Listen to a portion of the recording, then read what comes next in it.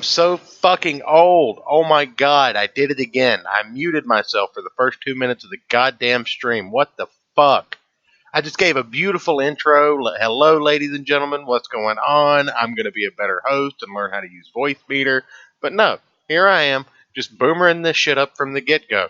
Left my microphone muted, was looking at the chat window instead of OBS, not even realizing that my microphone wasn't picking up. What the absolute shit? Just Minecraft me. Minecraft me right now. In Roblox. Just end it all. I can't even. Set some TNT up next to me, hit it with a fuse, and let me blow into oblivion. I'm going to have to redo that. Hello, ladies and gentlemen. Welcome to the Gospel of Comics. I am your host, The Church of Failure, and unlike most shows, Ayrton is not with me today. He is on the way to the house. He said he would call in.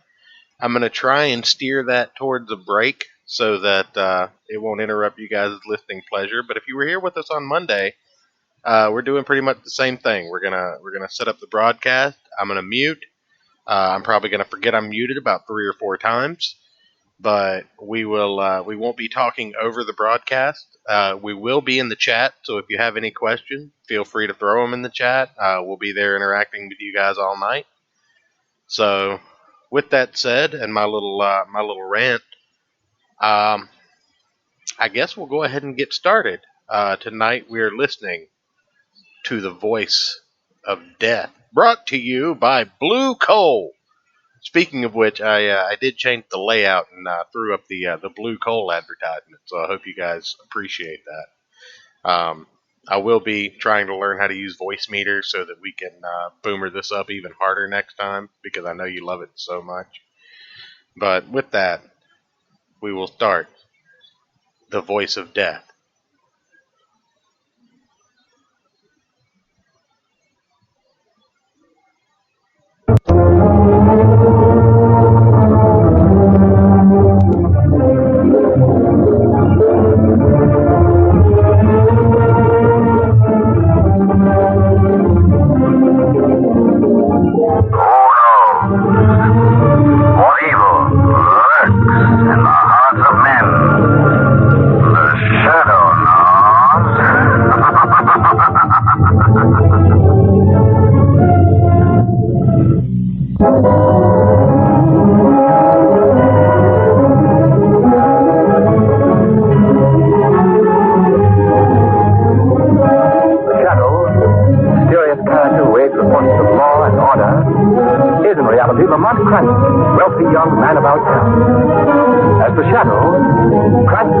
Hypnotic power to cloud men's minds so that they cannot see him. Cranston's friend and companion, the lovely Margot Lane, is the only person who knows to whom the voice of the invisible shadow belongs. Today's story, The Voice of Death.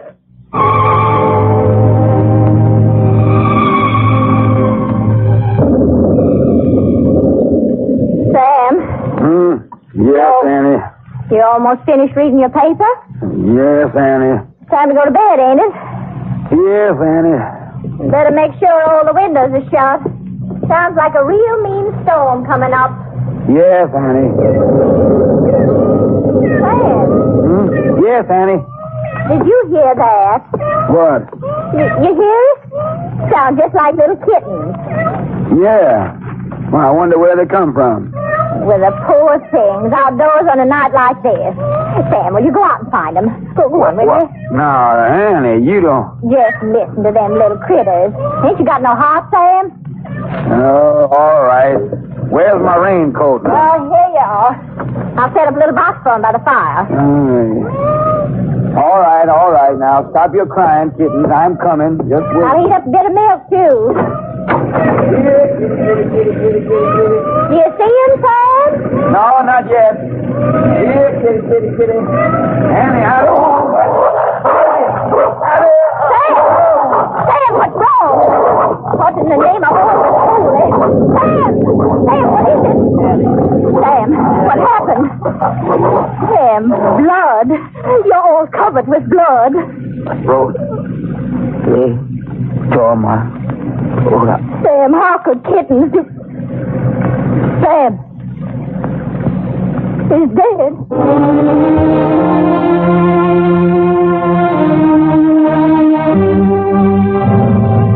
Well, I must say, Lamont, that we picked a fine day to go visiting. You want no secret, Margot? I'm your man. This whole thing is just an effect. Huh? A fat day? People always look for a mysterious atmosphere in the Louisiana bayou, so Mother Nature very obligingly provides for them. Oh, I see. Well, I must say that sunshine wouldn't make a great deal of difference. I don't see how it could ever penetrate those moss-laden trees. Much further to go, Lamont? I don't think so. Arthur told me the house was exactly 5 miles from that last bridge. Why in the world would anyone want to live way off like this? Well, the house has been in Arthur Whittington's family for many, many years, and Arthur, being a rather peculiar chap, I don't suppose it bothers him in the least. Oh. Forgive me for appearing dull, but I don't get it. Well, Margaret, it's a long story. It began in college when we took a medical course together. I guess I was the only person in the whole school who really understood him.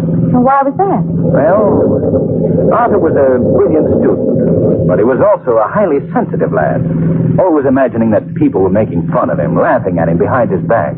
Was there any reason for that? Well, yes, there was. It was his voice. He had the harshest-sounding voice I'd ever heard. It cracked, it rasped, it did everything that a voice shouldn't do. Really? In fact, it was his voice that made him leave medical school. I don't follow you, Lamont. Well, it all happened one day in class. Arthur had prepared a paper, an excellent paper that he had to read aloud to the student body. Gentlemen, please. You may proceed, Mr. Whittington. Mr. Whittington, where are you going? Wait, why are you leaving the classroom? Well, he threw down his paper and walked right out of the room.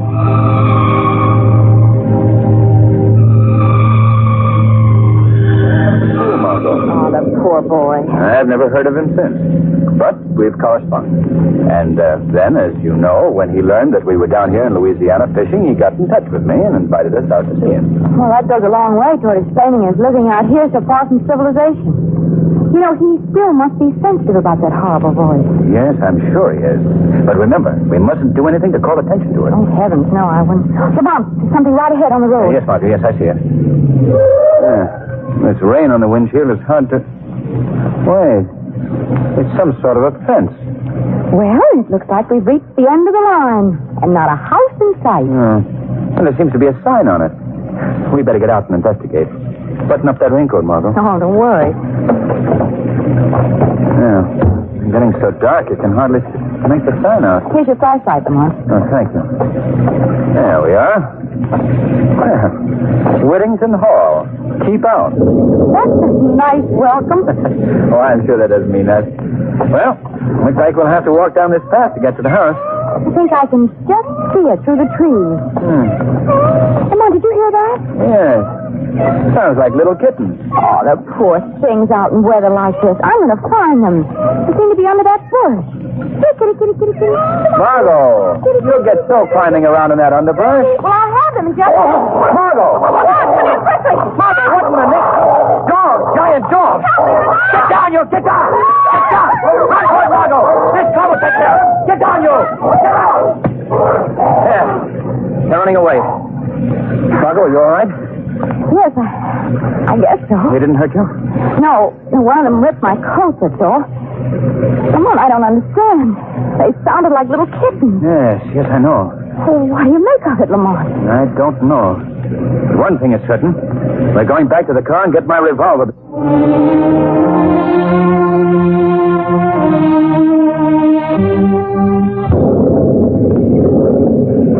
Lamont, I've never seen such an eerie-looking house in my life. The broken shutters and the crumbled stairs, those unpainted walls. Don't tell me that this is the Whittington mansion. I guess it is, Margot. I wish we were back in New Orleans. Well, if you'd rather we Oh, could... no, we've come this far. Go ahead and knock at the door. I promise you, if a ghost answers, I won't be surprised. No. Frankly, nor will I. You going to tell Mr. Whittington about the dog? Of course. Why not? Well, it may sound a bit strange in the telling, dogs that sound like little kittens. Well, he may know who's... What do you want? Oh, good evening. We'd like to see Mr. Whittington, please. What is it about? He's expecting. There are no guests expected here tonight. Well, if you'll say that Miss Lane and Mr. Cranston are I here... tell you that Mr. Whittington is not seeing anyone tonight. Jasper, what is it? People here, Mr. Arthur. Oh, Arthur, it's Lamont Cranston. Lamont, come in. Jasper, you old fool. I told you we were expecting Mr. Cranston. Sorry, Mr. Arthur. Come in, sir, please. Well, Lamont, I'm glad you were able to come. It's good seeing you again. Well, thank you, Arthur. I'd like you to meet a friend of mine, Miss Lane. This is Arthur Whittington, Margot. How do you do, How do you do, Mr. Whittington? Well, come, take off those wet coats. Yes, we're more or less swimming in these. Jasper, show Miss Lane and Mr. Cranston into the living room. There's a fire there, Lamont. You can dry off. All the comforts of home. Yes. Now, if you'll excuse me for a moment, I'll go and arrange for dinner. Oh, yes, of course. You will come this way, please. Thank you. Lamont, this place is just as scary inside as it was outdoors. Yes, I see what you mean. Those musty walls and that worn furniture. The candles and old-fashioned lamps. I don't understand how anyone can live here. There's something else that's more difficult to understand, Margot. What do you mean? That man that greeted us was Arthur Whittington. But it was not Whittington's voice. No, Lamont. I saved this wine for special occasions. Very special occasions. Well, we're flattered. I suppose my mode of living is a bit mystifying to you, Miss Lane. Mystifying? Well, my staying here in the wilderness, in a house that's almost in ruins, living alone with just a servant. Well, I think it might have its advantages, too. Well, I'm glad to hear you say that. Some people might not understand. I must say, though, Arthur, for a man who's roughing it, you set a highly civilized table. Well, I'm like a Britisher in the tropics, I guess. I still like to maintain that. Master Arthur. What is it, Jasper? Why are you interrupting my meal? Master, they are loose again. What? I told you to keep that door locked. I know, but they got out. You fool. They must be someplace near. I keep hearing them. Excuse me, please, Miss Lane. Lamont, I'll be right back. Come along, Jasper. Yes. Oh, don't mind us. Lamont, you know the worst people. What's all this about? I'm not sure, Margot. But it could be those savage dogs. Lamont, do you think they belong to Mr. Whittington? Perhaps. You know, I'm letting you in on a little secret. I wish we could leave here. Well, why, Margot? Well, the way Arthur Whittington acts, the way he talks, the way he looks at you. I don't know, it just sends shivers up my back. But we can't leave now. Not until this storm is over, anyway. Oh, I certainly wish that we'd never... Lamont, do you hear that? Yes. That same sound. They're near the house this time. Why should he have such beasts around here? And how did they get the voice of a cat? That's something we'll find out when Arthur returns. I'll just go... What was that? It was a human voice. It sounded like it came from someplace here in the house. Yes. Oh, I don't like this place, Lamont. When he comes back, I think you should ask for an explanation. I think we should know about those dogs and that mining, too. Yes, when Arthur returns... I have returned, Lamont. I didn't hear you come in. What was that about? My returning, Lamont? Well, Arthur, both Margot and myself are very curious to learn something about two giant dogs that we encountered on our way in here. Oh, yes? What about them? Well, we wondered just how it was possible that these huge animals had the vocal cords of tiny kittens. Oh, Lamont. I shouldn't have given you that last glass of wine. No, but it's true. I saw and heard them, too. Oh, now come, Miss Lane. I'd say your imaginations were working overtime. Who is that, Arthur? What? Oh, what are you talking about? Say, I hear it. That voice. Someone in this house. Arthur, we've got this. Yes, I know. Now that you've heard him, I'll have to explain his presence. Well, who is it? Why did he cry out like that? Miss Lane, that was a cousin of mine, Frank Harper. He's in one of the rooms off this corridor. He's locked in that room because he's not right mentally. Oh. I'm sorry you had to learn about this. Family skeletons are never very pleasant topics. Harper. Yes, you see, my dear cousin Harper. I've gotten free of my shell at last. Oh. And now... do you hear me? No, I won't. Help me, you two. Help me. He can't keep me here like this. Look, fool, get back to your room. No, let me go. Take it easy, Arthur. I must handle this my own way. Don't let him send me back. Help me. Shut up, you fool. Come in here with me. No. Lamont. Oh, Lamont, that was horrible. Yes, and it was also very revealing. What do you mean? The voice of that man Harper is the same one that used to belong to Arthur Whittington.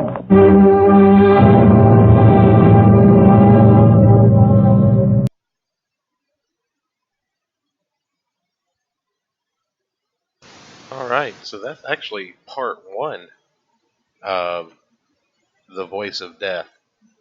And so far, Danielle and I in the chat have been talking about how the plot devices and, you know, the elements of storytelling that voice actors would have to use in the time of radio play. I mean, it's like the big urban legend that when War of the Worlds played, it led to mass suicides and mass homicides and things like that. It just, I mean, I do think that some of that took place, but I don't think it was as widespread as some other people say. In any event, everybody enjoying themselves so far. This episode actually didn't have a commercial cut in it, so I had to actually artificially create one just to break the episode up a little bit.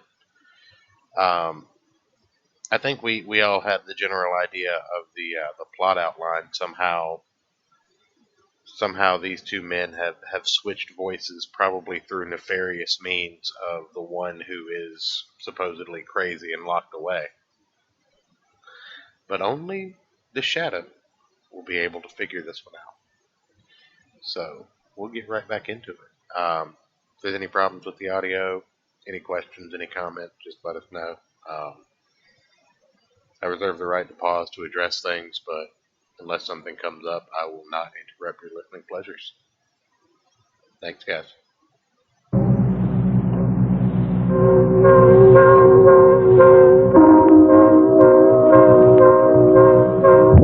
Lamont, what does all this mean? I don't know yet, Margot.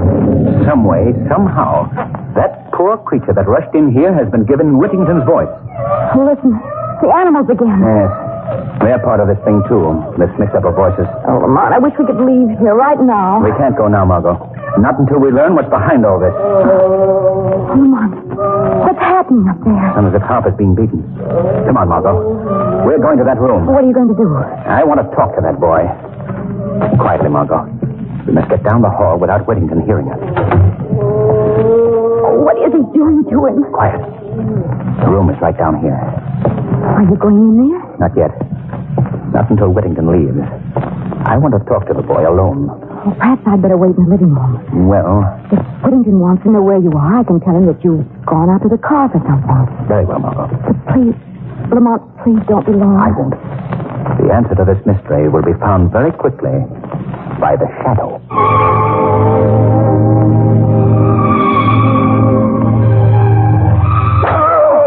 That'll teach you not to go running around this house. Now you stay here and be quiet, understand? See that you obey me in the future. Good night, my dear cousin.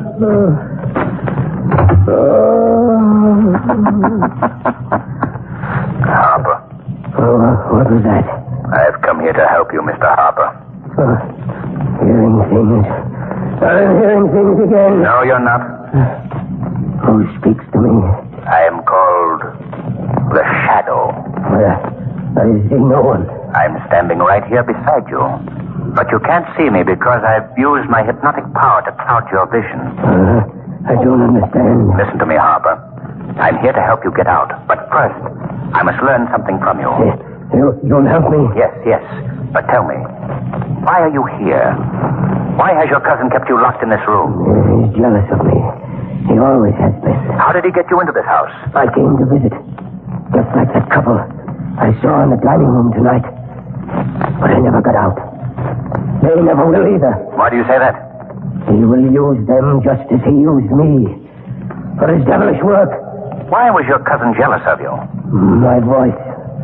Yes? What about your voice? I used to have the voice that Arthur has now. I knew it. What did he do? How did he accomplish this transference? Came to my house one night. Had dinner. I felt drowsy. I'd been drugged. Yes, then what happened? Well, when I came to, I was was in his labyrinth. I passed out. And when you came to? When I came to, it must have been days later.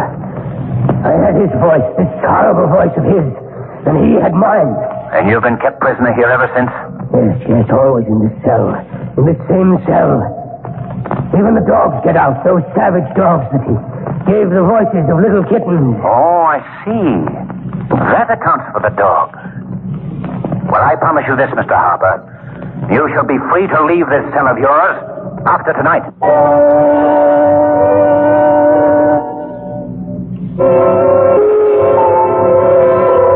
Is that you, Lamont?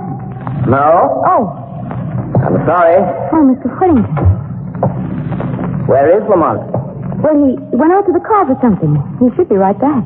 I see. Well, perhaps you'd like me to show you your room while we're waiting. Oh, no, thanks. That's all right. I'll wait for him. I'd rather you'd come with me now, if you will. I have several chores to perform, and I'd just like you to know where your room is.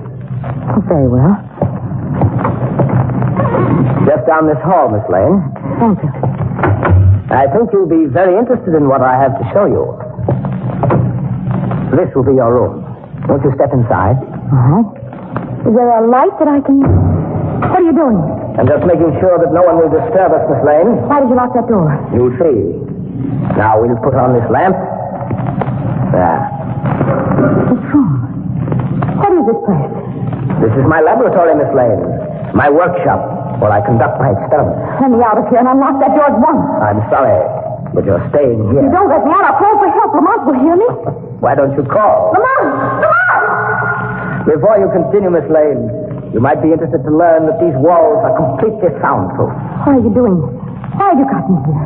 You're going to help me, Miss Lane. Help you? Yes. You're going to be a party to an experiment of mine. My greatest experiment. What do you mean? You'll learn soon enough.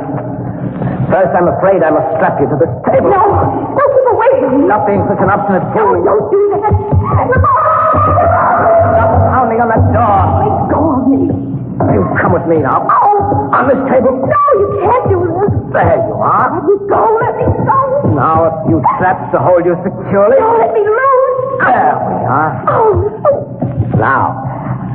Now you can struggle or scream as much as you wish. I'd particularly recommend the scream. It may be your last chance to use it. What do you mean? This experiment of mine has to do with your voice, Miss Lane. That's my work, you know. The transference of voices. What are you saying? You've already heard two of my examples. The dogs with the voices of little kittens. And my cousin Frank Harper. It's true. What Lamont thought is true. Oh, so he guessed my secret, eh? Well, he'll never live to tell it. Oh, no. You will survive, though. But you won't be able to tell it either, Miss Lane. What are you going to do to me? I'll show you. The answer to your question is in this box. Let me open it. There we are. A cat. Yes, a cat. Have you ever seen a more beautiful cat? She's pure poison, aren't you, girl? What has that cat got to do with me? A great deal. I'm giving her your vocal cords. No. No, you don't know what you're doing. You're mad. Not at all. I merely have a great hatred, Miss Lane, for the entire human race. They ruined me. Their heartless cruelty blighted my entire life. But animals, you're different. Aren't you, my little pet? No. You can't mean what you say. But I do. Lady knows that, don't you, girl? She knows that after tonight, we'll be able to converse. Be able to tell one another all the things that we've kept stored up. You can't do this. And you, Miss Lane, as befits your sex, you will have the vocal cords of a cat. No. No. Now I think we can proceed with the No, experiment. keep away. Keep away. There will be no pain. This ether will take care of that. Are you ready? No, please. No, she isn't ready, Mr. Whittington. Who is that? Who spoke? I spoke to you. Who are you? I am called the Shadow. Don't try to find me. I've made myself quite invisible to your eyes. What are you doing here? Why are you interrupting my work? I've come to put an end to your work. I'm here to free that young woman. Oh, no, you won't. I'm not frightened by someone I can't even see. Put down that ether. I'm going ahead with my work. No. You may not be able to see me, Mr. Whittington, but I think you'll feel this. Why, you... Now I'm releasing this girl, and then I'm holding you until I can get the police out here. They'll be very interested in your experiments. You think you can keep me here, do you?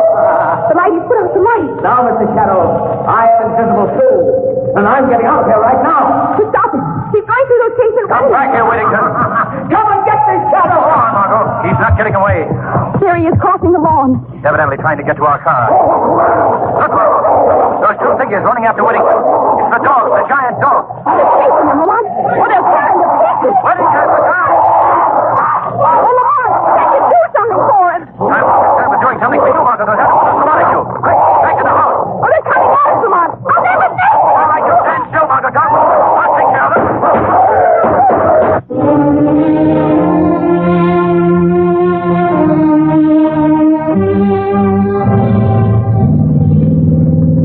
Well, now that we've seen that Mr. Hawthorne's in good hands, I don't mind saying I'm certainly glad to be leaving that place, Lamont. You do know such interesting people. Well, you can't say they're dull. No. Did you tell the police about the dogs? Yes, they've destroyed them. And Whittington's body is being removed to town. You know something, Lamont? What? Whenever I see an alley cat from now on, I'll think to myself, there, but for the grace of the Shadow, go I.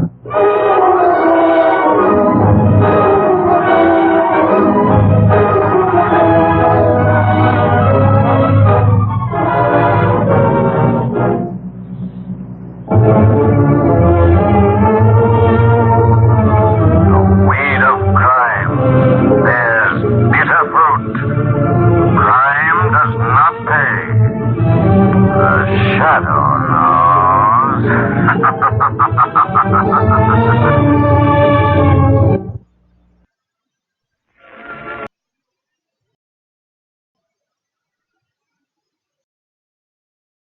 All right. Well, that was the first episode, and we're right on the half-hour mark, so we're making great time.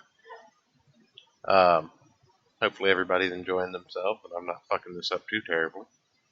So we are leading into to Nick Rekieta's show. I do believe the Dead Man's Tome also just went live. So if anybody wants to go check that out, feel free to do so. Grab some people and bring them back here with you. I'm just kidding. Don't do that. Let people keep their audience. I don't want anybody to get mad at me. But in any event, still no word from Ayrton. I think he may have just Minecrafted himself when I told him we were going to do 4 shows this week. So we'll see. We'll see how that develops. If he does happen to jump in, we'll get him in here in the middle of one of the shows. So until then, we'll go ahead and start the next one up.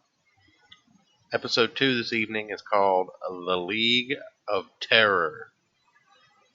We're still in 1937, but we're about to cross over into 1938 with the next episode. So enjoy.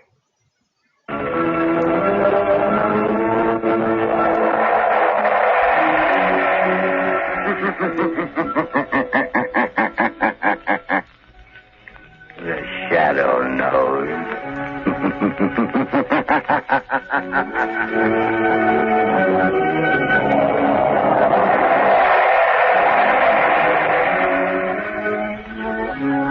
Blue Coal presents The Shadow, the mystery man who strikes terror in the very hearts of shopsters, lawbreakers, and criminals. Today, The League of Terror.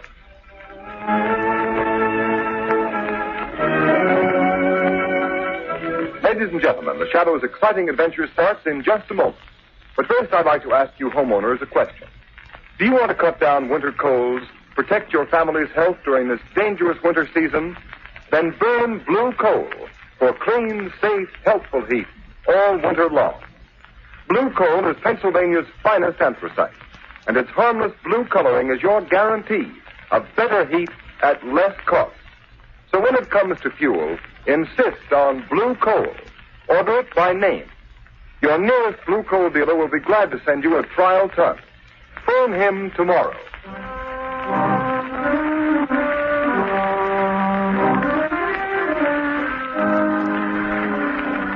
With the court's permission, I'll rephrase that question. Mr. Sullivan, do you know how these counterfeit $1 and $5 bills came to be in the cash register of your grocery store? I got them from customers, I guess. Michael Sullivan, You're a witness in a federal trial, under oath to tell the truth and nothing but the truth. You know you can be sent to prison for perjury. Yes, I know it well enough. Before this trial began, you testified that the defendants in this case, Slater and Marino, entered your store. That they forced you to buy counterfeit $5 and $10 bills to be passed out in change to your unsuspecting customers. Why have you changed your testimony? Why? I was mistaken, that's all. You're lying, Michael Sullivan. Lie. Order in the court. Mr. Prosecutor, Yes, Your Honor. it is quite apparent that your witness has received a threat, either to himself or his family, if he testified against the defendants in this case. Since he will not repeat his sworn testimony against these defendants, I have no alternative but to dismiss the charges. Case dismissed. Order in the court. Your Honor, I demand that Michael Sullivan be held on a charge of perjury. Michael Sullivan, much as this court may sympathize with your reasons and motives for shielding these criminals who prey upon an unsuspecting public in the wholesale commerce of worthless counterfeit money, I have no alternative but to sentence you to 1 year in prison. 1 year in prison. But, Your Honor, there's my wife and my daughter, Mary. I'm afraid of what the dirty rats would do to them if I told the truth. I'm sorry, Michael Sullivan, but unless you testify... I can't. I tell you, I can't. Very well. The sentence of 1 year in prison must stand. Court's adjourned. It ain't fair. It ain't right. I get a year in prison for trying to protect my family, and the real crooks go free. Look at them walking out of court free as the air to go on with their dirty business. Yeah, it's a good thing for his daughter Mary that Sullivan took my warning. Come on, let's get out of here. Okay, boss. Lamont, of all the unfair, unjust sentences. I know, Margot. It seems cruel, harsh, but our whole legal system is being undermined by violence and intimidation of witnesses. Isn't there something you could do, Lamont, some way of helping Michael Sullivan? Sullivan isn't the only one who is suffering from the operation of this counterfeit ring. Small businessmen, shopkeepers, poor people who can't afford to get bad money. A counterfeit dollar bill probably means the difference between eating and not eating to a lot of those people over in Sullivan's Street. Exactly, Margot. This is operating among the poor people who can't defend themselves. Lamont, are you going to another case as the shadow? Well, later perhaps.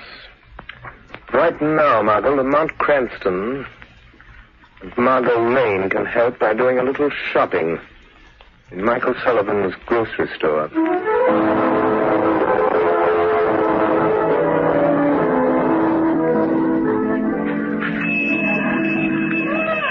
Oh, good evening, Mrs. Giovanni.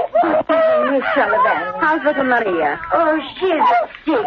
All the time she cries. Oh, what's the matter? I don't know. The doctor, he says she don't get enough to eat. I don't know. I'm sorry. Oh, it can't be helped, Miss Sullivan.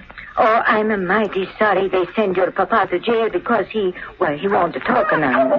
Father would have talked. He ain't afraid. Not for himself. He was afraid of what they do to Mother and me. How is your mother? She's not so well. She's been sick all along, and now with Father in prison. She can't understand it. I'm afraid for her. She's so sick. None of us don't understand. We're all afraid. Well, I'm not. I've got Father's gun here under the counter. And if any of that counterfeit gang comes around here again, I won't depend on the law to protect me. No, Miss Sullivan. You can't fight them. They're too many. Well, there'll be a couple less if they bother us again. Hush, Maria. Oh, hush, Bambino, baby. No. Miss Sullivan, you have so much trouble. I don't like to bother you, but... What is it, Mrs. Giovanni? The landlord, he say that $5 bill that Mr. Sullivan gave me, it's no good. He say I got to pay the rent and put the money or get out. Look, he give it back to me. Another counterfeit bill, huh? I'm sorry, Mrs. Giovanni. Give it to me. Here. Here's a good bill. At least I think it is. The counterfeit bills are so good you can hardly tell they're fakes. Oh, thank you. Thank you so much, mister. Here we are, Margot. I'll be with you in just a moment. Well, thank you. If you hear of anyone else who has any of these bad bills Father had to give out, let me know, Mrs. Giovanni. I'll make them good if it takes every cent we got. Oh, bless you, miss.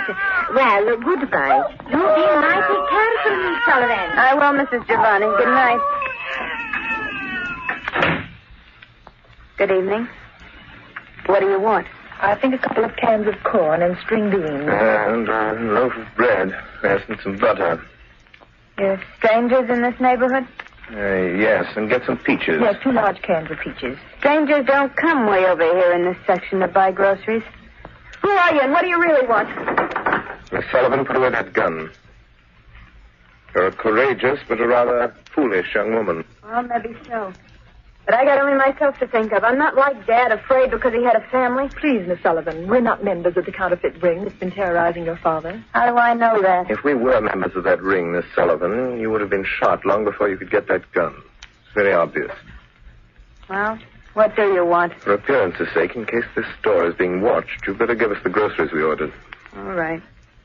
What was it now? Corn, string beans, and peaches. Here's the corn. Who are you? Newspaper reporters or the police? Would you like to save your father from that year in prison? Yes, anything. It's killing my mother, There's a man watching the store across the street in a doorway. I expected as much. Who are you? How can you save my Get the father? groceries. Yes, sir. Now the other things. Keep moving. But listen to me. Yes, sir. You're a brave girl, Miss Sullivan, but your life won't be worth one of those counterfeit bills unless you use your head. What do you mean? Do you know enough about this counterfeit ring, how they operate, who they are, to make them fear you will talk? I know how they operate, but Slater and Marino are the only ones who ever came here. Slater and Marino will be out of the picture for the present. Don't stand there. Get me things, anything at all. Make a package. My father never saw anyone else either. None of the big shots. I'll put this stuff in a paper bag. There's 2 men in that doorway across the street now, Lamont. Let me know if they start this way. Now, Miss Sullivan, I can't tell you who I am or exactly why I'm here, except that I was in court today. I want to help you. I can if you're willing to take a great risk to help your father. I'll do anything for Dad. If I don't get him out, I'm afraid my mother will die. If I only knew who's behind Slater and Marino, who's their boss. You can find out. But you know what happens to those who know too much. I'll take that risk. How can I find out who they are? By pretending to know more than you do. I don't understand. Those men across the street will undoubtedly come in here in the minute we leave. They'll question you. Pretend you know how they operate. Yes? That you want to be paid to keep quiet. The chances are they'll take you to a higher up. Maybe not the ringleader, but someone who knows the real leader. But Lamont, they'll kill her. Not until they find out how much she knows and who else shares that knowledge. Anyhow, I don't care. It's only fair to warn you.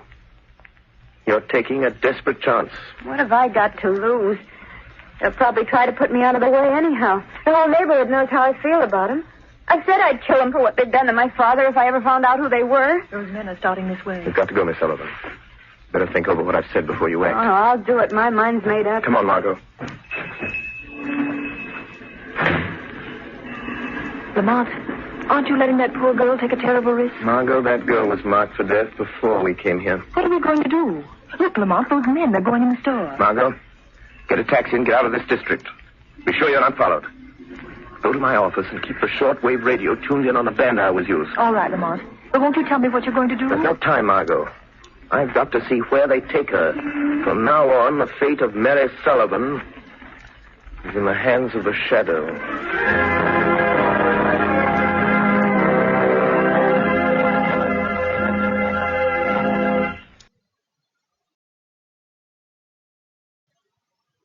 From now on, the fate of Mary Sullivan is in the hands of the shadow. Jesus Christ. I love this shit. Is it possible to miss something you never actually lived through? I think it's possible to be envious of it. That's a thing, right? Anyway, I hope you guys are enjoying this. Little known fact. The Shadow next to never fights the same villain. I think he had 3 or 4 recurring villains out of hundreds of episodes and pulp series. So every time you're going to get a one-shot villain that is just absolutely insane. That's pretty fantastic, I think. But anyway, still on Ayrton Watch. I have sent out the gnomes to look for them. 50-50 chance on whether they keep him. Other than that, no new developments. I can't fire him if he's not here. So until we hear from him, let's go ahead and get back to the League of Terror. Thank you guys for coming out and listening. Ladies and gentlemen, the Shadow will be back with you in just a moment. In the meantime, I'd like to tell you some interesting facts. In the Dominion of Canada, where there is a temperature designed to burn,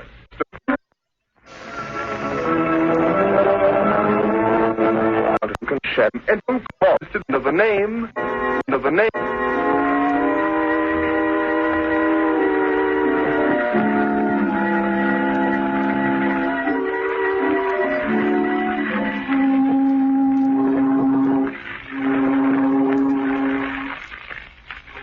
Where are you taking me? Shut up. Get in, kid. Sit down and keep quiet. Oh! Come on, get up, sister. Here, I'll take the blindfold off your eyes. Why'd you bring me down to the waterfront? I do as I'm told. You better learn the same thing. Where are you taking me? Maybe this is the end of the line for you, Mary Sullivan. You wouldn't. Wouldn't we, though? But not without orders from the big boss. What do you know about the big boss? Plenty. Then your number is up, all right, kid. Them that know plenty about the big boss don't live long. You're still alive? Yeah, sure. Because I don't even know who the big boss is, and I don't want to know. It ain't healthy. Trigger. Who's that? It's me, Rankin. You got the Sullivan thing? Yeah. Here she is. Yeah. So I see. She's a nice looker. Listen, Rankin, she says she knows plenty about the big boss. I'll say I do. You're a liar, Mary Sullivan. But you do know too much about the rest of us. You better get in touch with the big boss before you do anything to me. We don't bother him with all the details of this counterfeit racket. Well, you better bother him about this. And you know, Rankin, I think she knows something. Shut up, Trigger. I'll do the thinking around here. Maybe she does at that. I know plenty. And I'm not the only one. Say, what happened to that fellow in band that was in the Sullivan grocery just before we snatched her? The guy got clean away somehow. Yeah, what about the dame? Yeah, she took a cab. Smitty trailed her, but she gave him the slip. Switched cabs in traffic somewhere. Maybe you better take this kid to the big boss. Not till I find out how much she knows. Come on, Trig, make her talk. You know how. All right, kid. Do you spill what you know, or do we have to get it out of you the hard way? Let go of my arm. I won't talk to anybody but the big boss. And he'll pay me plenty to keep quiet. You can't scare me like you did my father. She wants Joe to keep quiet. Shut up, Trigger. Twist her arm. Give her a sample of what's coming to her if she don't talk, and talk fast. All right, kid. You asked for it. No, I won't. Hey, you dope. She's fainted. I guess I twisted her arm too hard. Hey, Rankin, did you hear that? Yeah, I heard it. What was it? It's a trap. The cops must have followed us here. Come on, let's take it on the lamp. No. Wait, we can't leave that dame here. You take the Sullivan kid. I'll shoot out the light. Don't draw your gun, Trigger. Don't move, Rankin. He knows who we are. Trig, there's something screwy about this. That voice, it's right here, but there ain't nobody with it. You're mistaken, Rankin. There is someone here. What kind of gag is this, Rankin? I don't see nothing, but I'm getting out of here. Wait, Trigger. Trigger. Do you remember Lefty Sims? Sure. The best singer man in the East, but... He tried to shoot it out with a voice. The police got him. But when he went to the chair, there was only one name on his lips. Remember? The Shadow, Rankin. That's what it is. It ain't the police or the feds. It's the guy nobody's ever seen. The Shadow. They say he throws a sort of spell over the guy's mind so you can't see him. Shut up, you're crazy. Yeah. It's just somebody throwing his voice. I've seen him do it in vaudeville. Come on, you pop that light and let's break for it. Wait. I'm not going to stop you. But before you go, take this message to your leader. You better listen to him, Rankin. You can't outsmart that guy. Nobody ever has, not for long. Tell the man who controls this counterfeit ring that preys on the poor and helpless. Tell him that if anything should happen to Mary Sullivan, he will answer to the Shadow. Think. He's right in front of us somewhere. Take a couple of pot shots. Maybe you can get him. No, not me. Can't you see the Shadow set to shake down the big boss? If you won't shoot, I will. I'll get him even if I can't see him. A gun won't help you, Rankin. Oh, no? We'll see about that. You got him. Talk about luck. Yeah. Well, let's get going while our luck's still good. I don't know if I killed him or not, but I must have winged him. Come on, grab that Sullivan dame and let's get back to the big boss and tell him what's happened. Yeah, how? Where are we going? I got a speedboat waiting under the wharf. Come on, we're heading down the bay.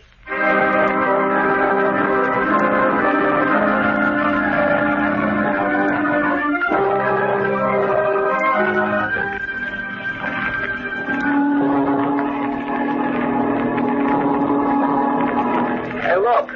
What do you think the big boss will say about bringing the Sullivan dame to his hideout? Yeah, I hate to think about it.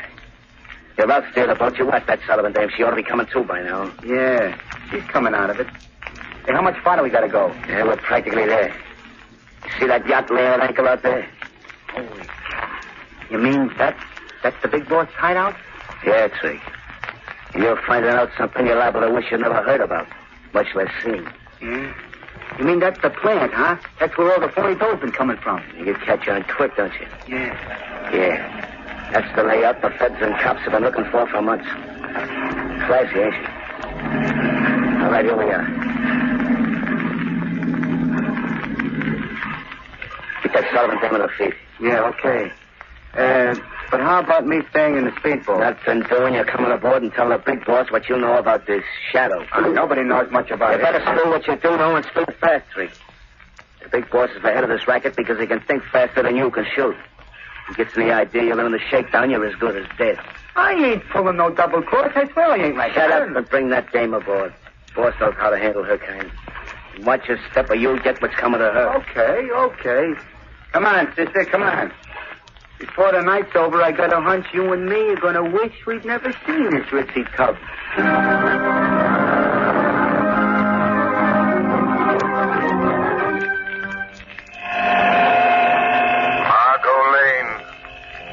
Margot Lane.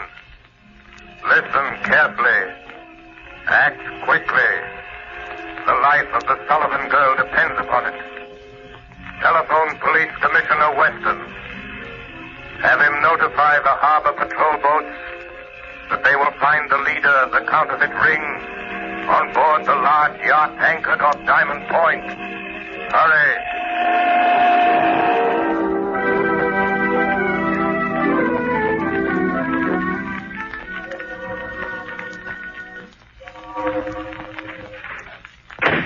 Okay, there you are, Rankin. Listen, boss. No, you listen to me. I've warned you never to come to this yacht without orders. But, boss, I had... What's the idea of bringing Trig and that Sullivan girl here? You know what happens to those who break the rules of my organization? I couldn't help it, boss. This is important. She ain't seen anything. I locked her in one of the cabins. I decide what's important. Why didn't you report first? There wasn't time. I was going to report, but then this shadow started talking to us in the warehouse. The shadow? Yeah. You tell him, Trig. Never mind. I've heard all about the shadow. So he's on the trail, eh? Yeah, it's a shakedown, boss. Shut up and listen to me. If the shadow's behind this, it's no shakedown. What is his racket? Putting organizations like mine out of business. Putting fools like you and Trigger in the electric chair. Yeah? Well, he won't, because I got him back in the warehouse. You what? Yeah, boss. I took a couple of wild shots at where the shadow's voice was coming from, and we heard him fall. How do you know that fall wasn't a trick? How do you know he didn't follow you here? No boat trails. No, I suppose it didn't occur to you that he might have been hiding in the speedboat with you? Where's that Sullivan girl? Bring her in here. I'll get it, boss. She's locked in the next cabin. Rankin, you're a fool. You let Trigger and the Sullivan girl in on something they're not likely to forget. And you know what to do. Take care of them. You mean fix them so they won't talk? Permanent? Do you know of any other way? But listen, boss, the shadow said if anything happened to Mary Sullivan, you'd answer to him. You leave the shadow to me. The shadow?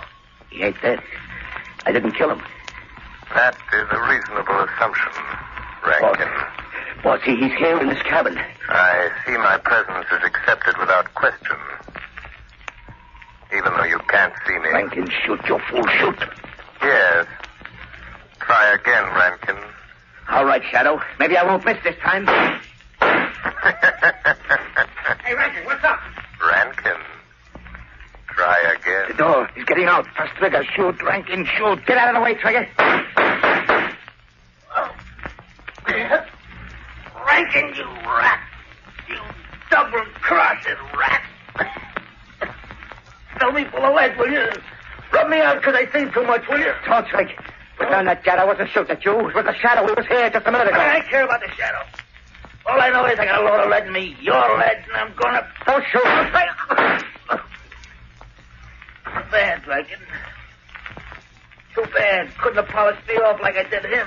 Quick and easy. Trigger. Shadow. Trigger.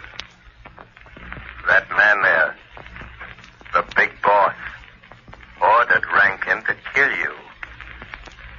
Trigger, he is your real enemy. Yeah. I had a notion he might try it. Don't raise that gun, Trigger. I know that one. If I do, you'll kill me. You can't kill a guy with as much lead in him as I'm carrying. You can't kill a guy that's already dead. Perhaps not, but I can't avoid the risk that you have strength enough left to raise that gun. You're a better shot than Rankin. Big shot. Better shot, big shot. Not bad. Not a bad gag. And now, we are alone. Yes, quite alone. And now, I'm going to deal with you, Shadow. Your hand is shaking. Is that the way for a mastermind to act? You devil, if I could only see you. But you won't get away. And neither will you. I've notified the police. Their boats are coming. Listen. Oh, so that's it, eh? Yes, that's it. They're coming to get the leader of a counterfeit ring. But they will find a murderer. A cold-blooded killer. Locked in this cabin with his victims. That's what you think, but you're mistaken. Why are you putting down your gun? Are you giving up so easily? Listen, Shadow, I've heard a lot about you. You're clever. Well, I'm clever, too. Clever enough to know when the game is up. I've anticipated just such an eventuality. I suppose you can see this little switch on my desk? My hand's resting on it. Yes, I see it. You know what will happen if I close this switch? And I will if the police set foot on this yacht. I think I can guess. Well, I'll tell you. This switch will set up a charge of high explosive down in the hold that will blow you and me and the police to Kingdom Come. I see. If you touch me, try to stop me, I'll throw the switch. What do you expect me to do? You call the police and you can send them away.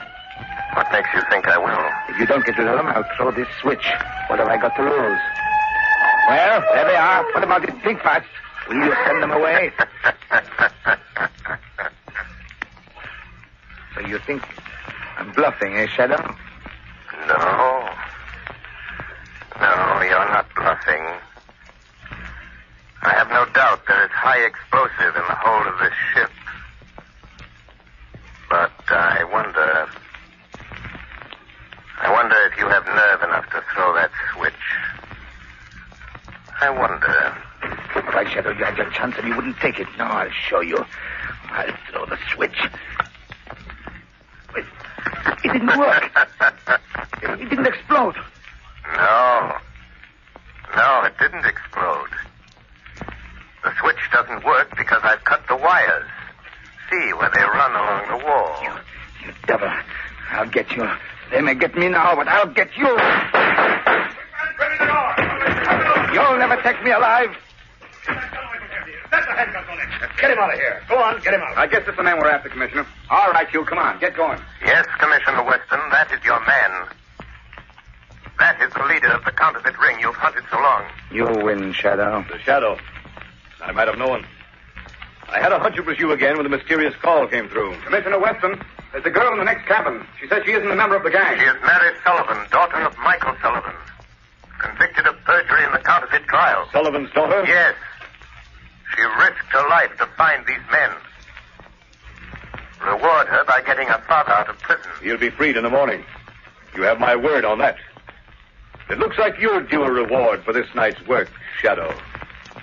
My reward, like yours, Commissioner, is in protecting the defenseless from those who have not learned that crime does not pay.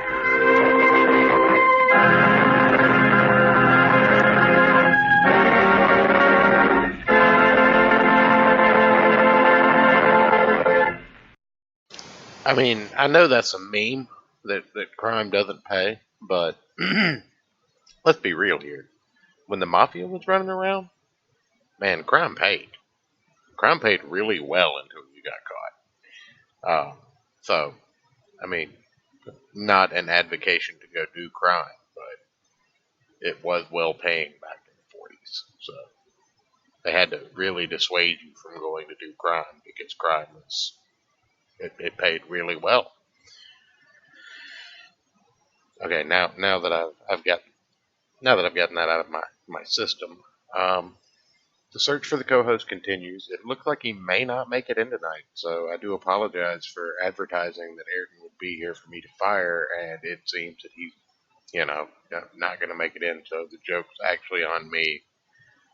If that means I need to fire him twice next time?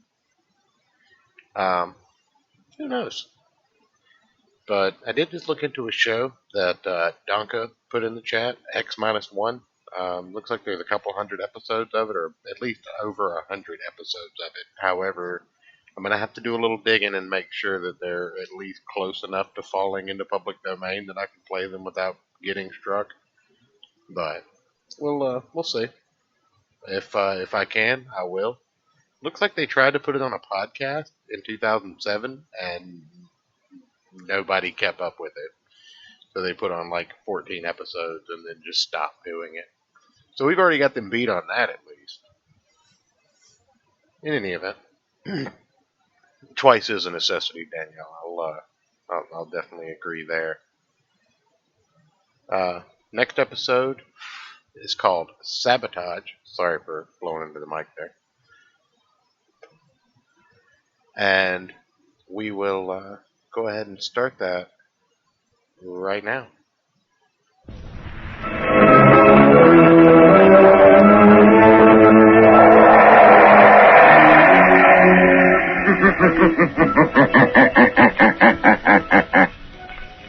The shadow knows.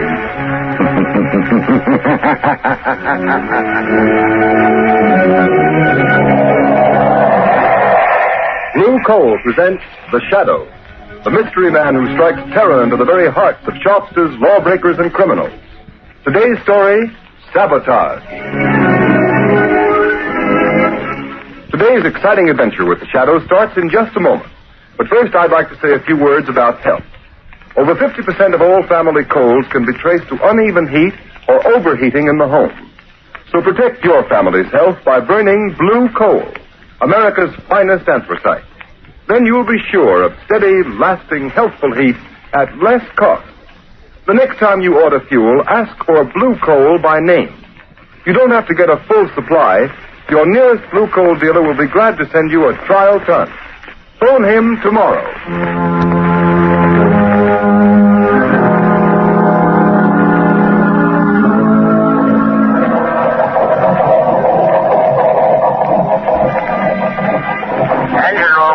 Stand by for test number 11. Engine room standing by, Commander. Ship full speed ahead. What the? Engine room. Hello. Hello, engine room. Chief Engineer Swain reporting. Boiler explosion, sir. 3 casualties, sir. Good Lord, what happened, Commander? Boiler explosion, Lieutenant. Hard luck, sir. Luck nothing. You mean another case of sabotage? Yes, sabotage.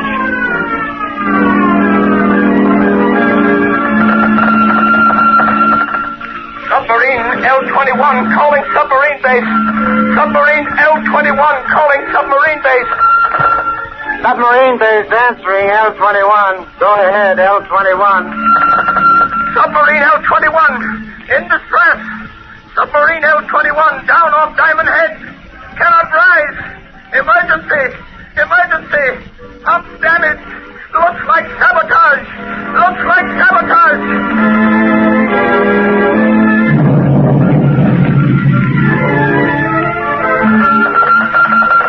Returning to base. Cruiser returning to base. Explosion. Explosion in after gun turret. 3 dead. 6 wounded. Suspect sabotage. Suspect sabotage.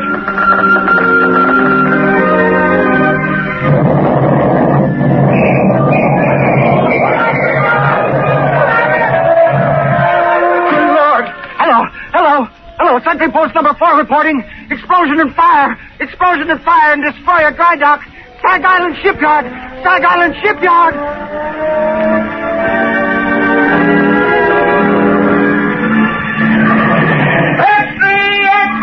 Sabotage ring! Strike Stag Island Shipyard! Read all about it! Mysterious explosion of fire!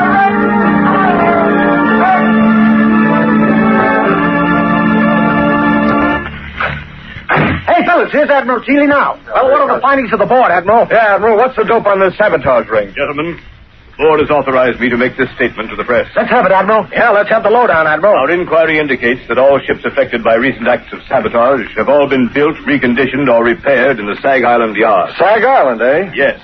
And every resource at the command of the government is being directed toward the apprehension of those responsible for the systematic blows at the naval defense strength of the United States.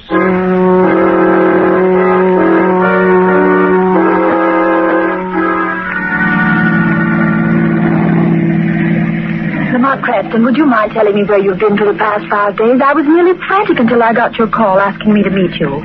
And why those old clothes, and why haven't you shaved? I'm sorry, Margot. I've been at Sag Island. Sag Island? You mean where they're having all the trouble in the shipyard? Yes, it seemed to be a case where the Shadow might be of some use to his country. You've uncovered something. Is that why you sent for me, Lamont? I'm not sure, but I stumbled on something last night. It's been a process of elimination. Where are we going? Back to Sag Island? Yes, we're almost there now. Lamont, have you anything definite to work on? It seems so hopeless. You forget, Margot, that I, as the Shadow, have a certain gift. You mean what the underworld call the power of invisibility? Yes, and the ability to read other men's minds, particularly the mind of a man who has something to hide. But you've got to find that man first, Lamont. I know. Do you mean that out of the 3,000 men in the Sag Island shipyard, you found the one man who has eluded the Secret Service, the police, and everyone for weeks? I think I have, Margot. I'll know for sure tonight. What do you want me to do, Lamont? We're coming into Sag Island now. I want you to go to the Sag Island Hotel, take a room, and set up the shortwave radio outfit. You brought it, didn't you? Yes, it's in the baggage compartment. Good. Now listen, Margot. Tune in the wave I use as the Shadow and wait. Wait all night if necessary. Stop the car here, Margot. Yes. Lamont, I know you don't believe in woman's intuition. At least you pretend not On the to. contrary, I have a healthy respect for intuition. Now be careful. I have a premonition myself. Lamont, can't you tell me anything more? I can only tell you I'm going into that bar down the street. If this man is the one I think he is, we will have a very interesting visit in that bar.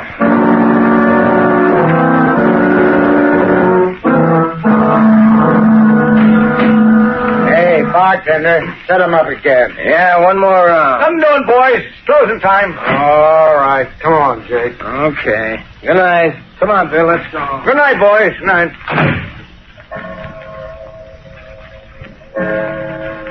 Holy mackerel. 2 o'clock already. An hour passes quickly when a man is talking about himself, Mr. Buckler. What? What have I been talking about? What have I... Say, who the devil are you, anyway? If you're one of them Secret Service guys trying to pump me, you're barking up the wrong tree. I'm not a Secret Service man. Well, then what's your game? What's yours? You're not looking for a job. You're a phony. I have a good notion to turn you over to the cops. They're rounding up guys like you. Sit down, Buckler. Listen to me, or you'll get us both in trouble. Who sent you here? Who told you to look me up? Would it help if I told you what you're thinking, Buckler? Quit stalling. Who sent you? It's running through your mind over and over again. I see it like a picture on a slate.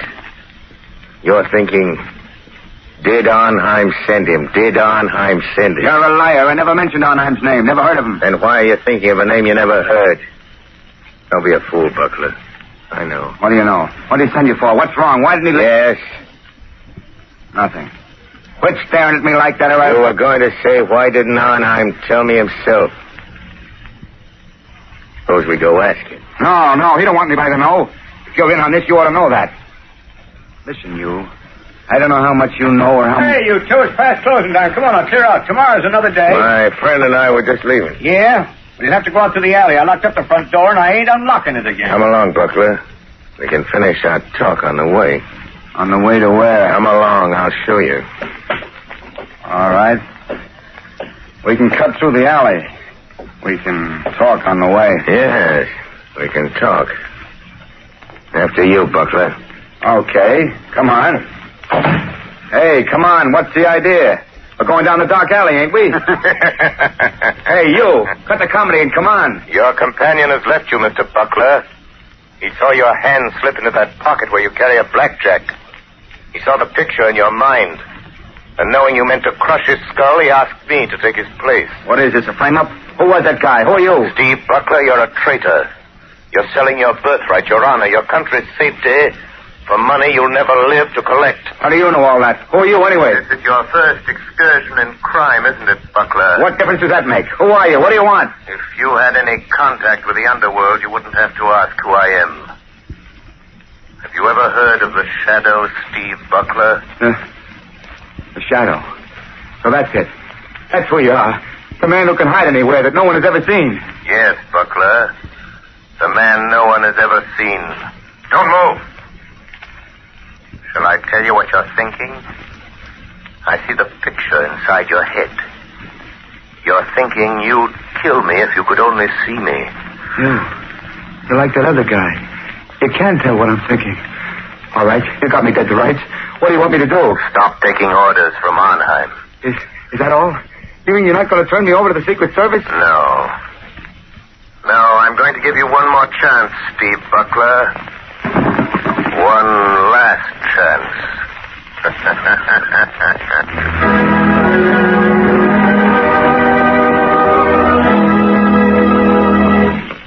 The Shadow's adventure will continue.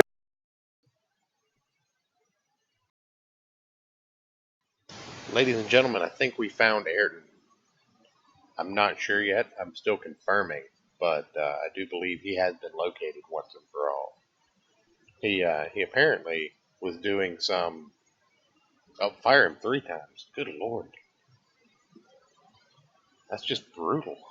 Let me see if he's on. Yep. There he is. There he is. Let me get him on here so I can. Yep. Poor guy. Also, if anybody knows how to, mute the Skype noises, feel free to share that information.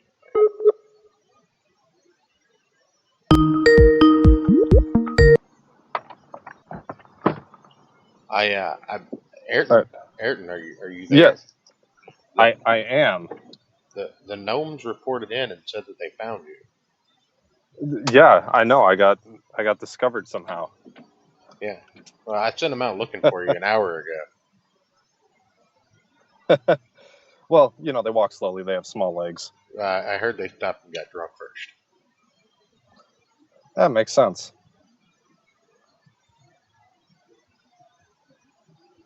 But anyway, I've been instructed by the chat to fire you 3 times.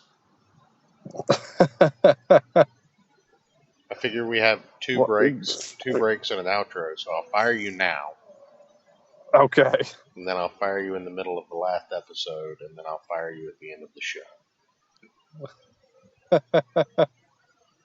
I think that'll work out. Fair enough. The chat just loves me. They do. You're the best part of the show. I think they show up because I let you be the co-host. He couldn't run OBS on his own, folks. I'm literally a necessary evil. A little bit. Brought to you by Blue Coal. Yes. I know you can. Let me share the screen with you so you can see the new layout.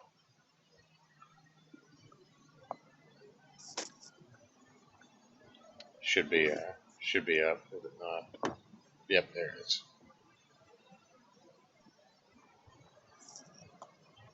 It'd help if I turn my brightness up so I can actually see. Matt Christie, I'm right there with you, man. I've got salt and pepper for days over here, but it's just mostly in my beard. I pull my hands through it and pull out some of the loose hair, and occasionally I get a few white ones.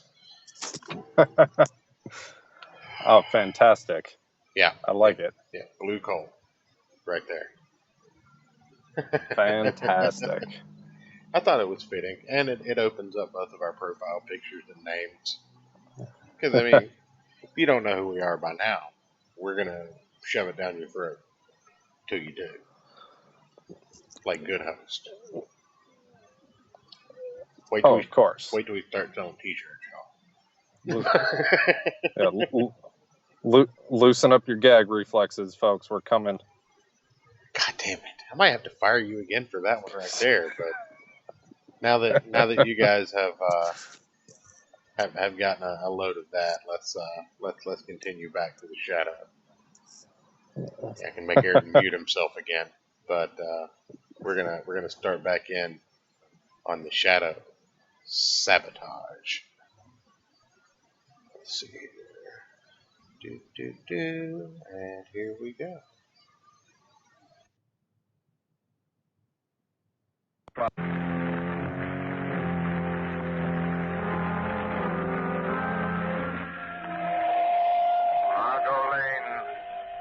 Margot Lane. Stand by. Stand by. I have found our man. He is meeting someone. The shadow will be with them. Stand by.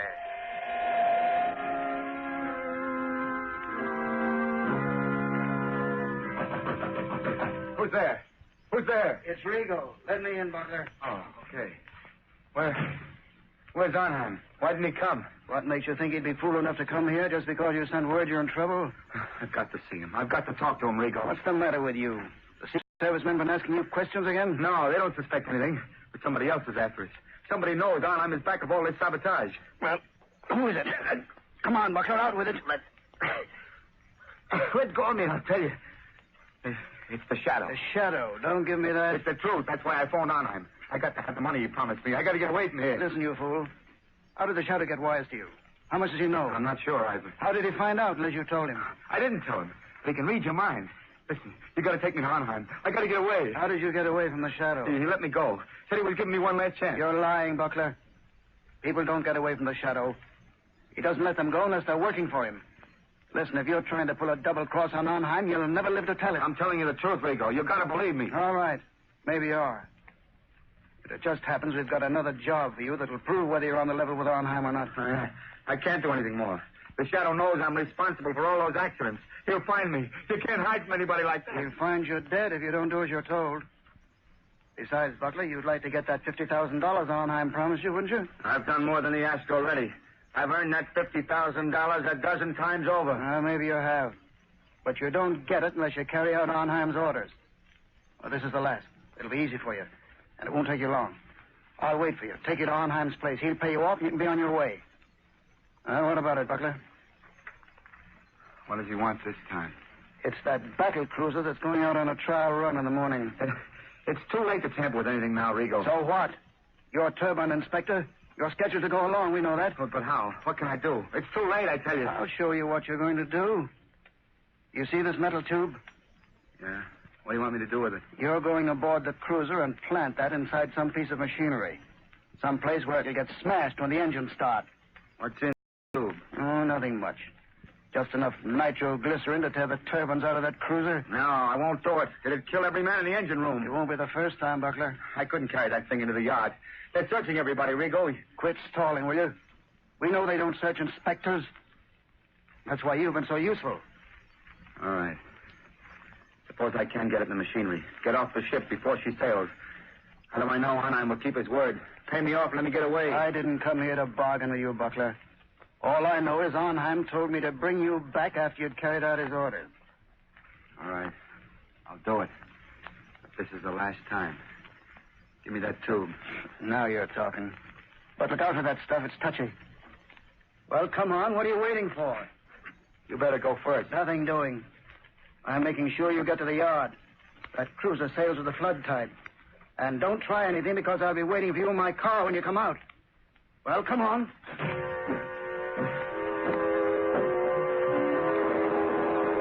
A black sedan parked in front of Red Brick Building. Our man is Steve Buckler, ship inspector. I am following him into shipyard to prevent another accident. Margot, don't lose sight of that black sedan. It will lead us to the real head of the sabotage ring.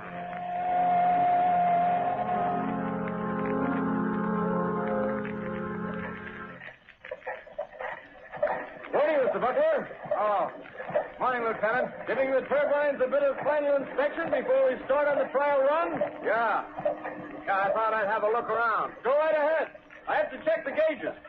Let me know if you find anything that needs adjustment. I'll let you know, Lieutenant. I'll show Arnheim. I'll show him I'm not afraid to go through with this. There, now. Just wait till those turbines start spinning. Till they smash that metal tube of nitroglycerin. Just wait. Everything looking all right, Mr. Buckler? Yeah. Yeah, everything's fine. Just fine, Lieutenant. Fine. Yes. Everything will be just fine. In just a moment.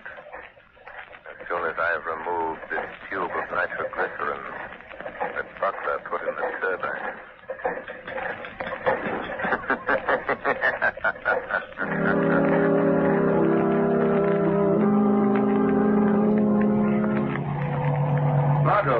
Margot, wait a minute. Oh, Lamont, thank heavens you're here.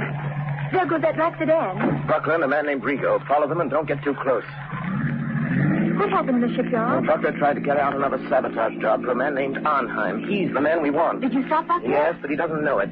Don't have an accident, Margot. We'll be scattered all over the landscape. Careful, Margot. What do you mean? Just that this metal tube I'm carrying contains enough nitroglycerin to blow us to Kingdom Come if it's jolted hard enough. Where'd you get it, Lamont? From Buckler? Yes, he left it in a gearbox at the battle cruiser. Oh, so that's why you followed him into the shipyard. Slow down, Margot. You're getting too close to that car. Yes.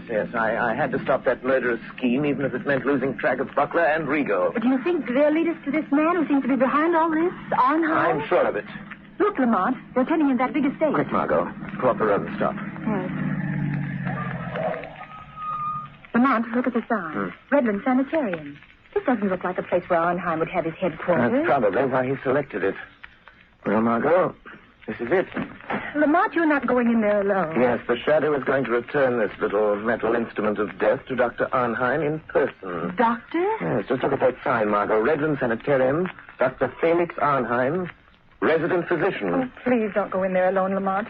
Let's notify the state police. We can. I have the radio transmitter in the car. Good, and I want you to call the state police on the regular wavelength 5 minutes after I've gone in the house. Well, why not call them now? Margot, we're not dealing with amateurs.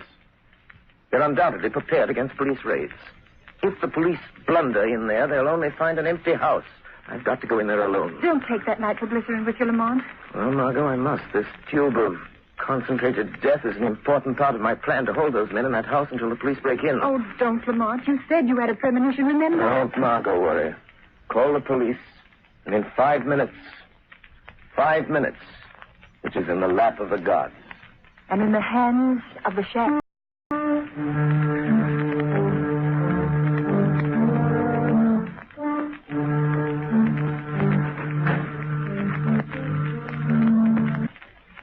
Far away. Yes, I know when I've had enough. And I want that $50,000, and I want it quick. So, have you carried out my last instructions? Yes, I have. And that's the finish.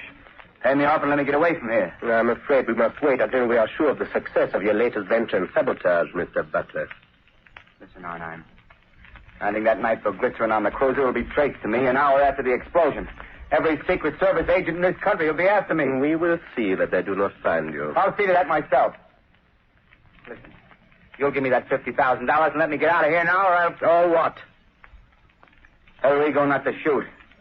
Do you think I didn't know you'd try something like this? Do you think I'd come here without an ace up my sleeve? Go on, Mr. Butler. That's it. This little bottle filled with some of the nitroglycerin you sent me to plant on the cruiser. You know what'll happen if I throw it, and I'll throw it if Rigo shoots. Mr. Butler, you're bluffing.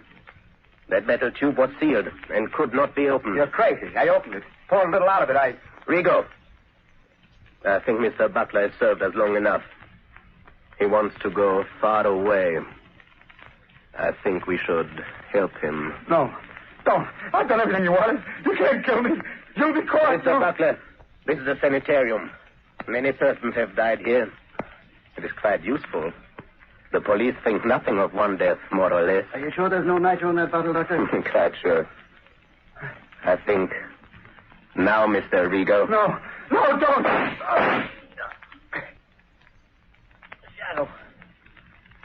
The shadow warned me.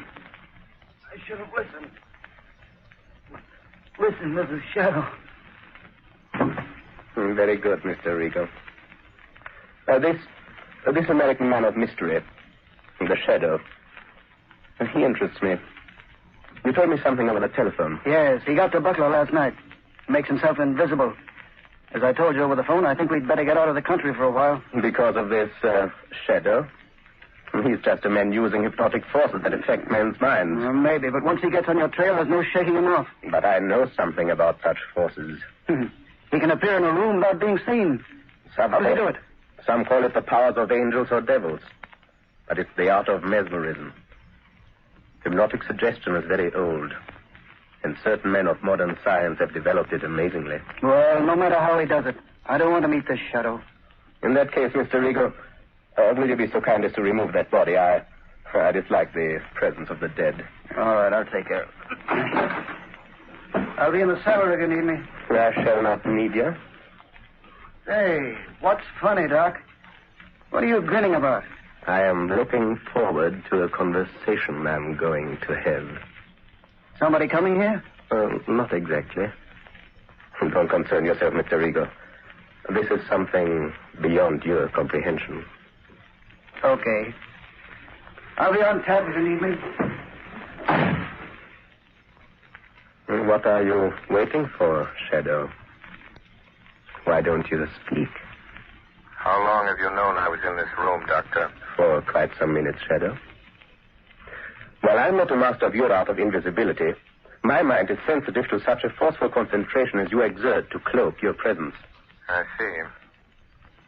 Since you sent Rigo away, it is evident you are not afraid of me. Fear is a luxury I do not allow myself, Shadow. Your career of sabotage is over, Dr. Arnheim. I think not. I have never met a man who did not have a price, Shadow. I have only one price for your kind, Doctor. Prison. You could be very valuable to me, Shadow. Don't reach into that drawer, Doctor. A gun is of no use. A gun? That is a crude way of settling a difference of opinion. But, money, I can pay well. Money won't help you. Then you leave me no alternative. You see that little wheel set into this wall? Yes. I turn it, and...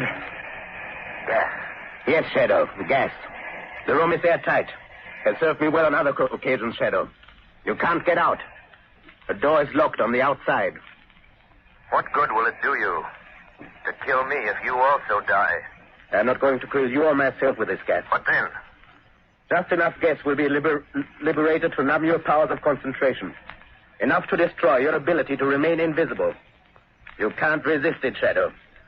And just the moment you will weaken, become visible, and the moment I see you, the moment I catch the faintest glimpse of a shadowy form, I shoot. The air's becoming quite heavy, Shadow. Yes, but...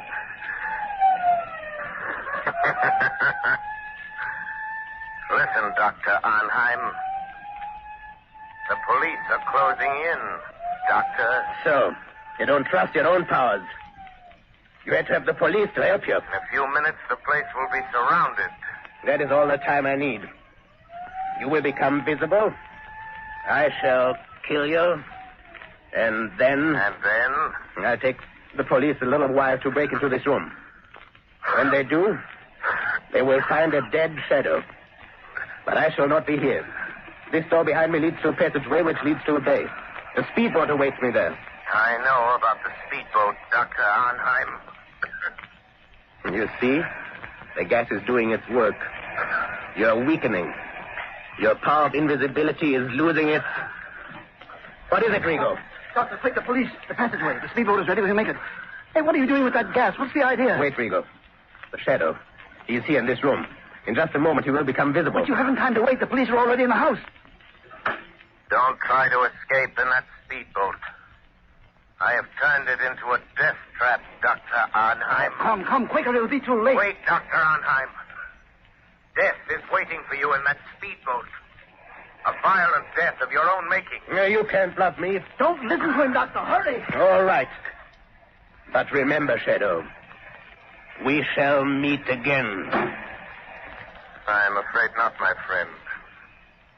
But first, let me turn off this gas. Take the place. Round up everybody you find. Wilson, Harvey, Davidson, you men take me upstairs. Redfield, follow me. Try that room, Sergeant. Okay. Captain, this room's full of gas. Sergeant, an iron door there. Try it. Looks like they skipped. that? Sounded like an explosion down near the water. Yes, it was an explosion, gentlemen. And there will be no more wrecking of warships. It was the tube of nitroglycerin intended for the new battle cruiser by Dr. Arnheim and placed in the gears of the good doctor's own speedboat with the compliments of the Shadow.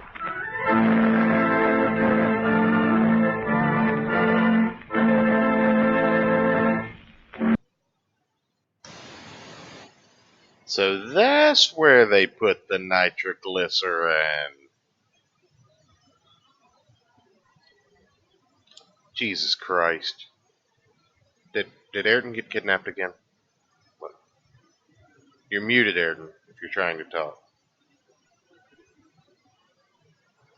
There Fucking you hell, I go. forgot I was muted. You boobered it. You're fucking fired again. Damn it. Damn it. Son of a bitch. But yeah. So, I was wondering where the nitroglycerin went in that one, but we found out. He put it in the gears of the speedboat. That's where the nitroglycerin went. Yeah, you always want to make sure you keep close track of your nitroglycerin. Just yeah. Friendly tip for you folks out there. Yeah, you don't play 3-card Monty with the nitroglycerin. But in any event,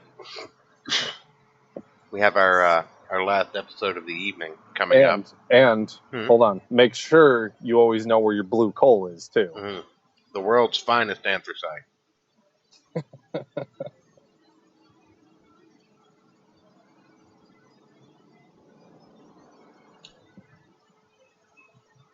But no, thanks for saying something there. I appreciate you just letting the dead air take over. I thought you were going to go back into introducing the next episode. I was, but you threw me off with your blue coal ad. So, well... The final episode for the evening is The Society of the Living Dead. We need a musical sting. Sure. Anyway, we'll see you folks on the other side. I hope everybody's enjoying everything. And after this episode, we will be closing up because Nick Recato will be going live with the final episode of the deposition of Vic Mignogna. Oh, shit. Oh, yeah. Anyway, here we go, guys.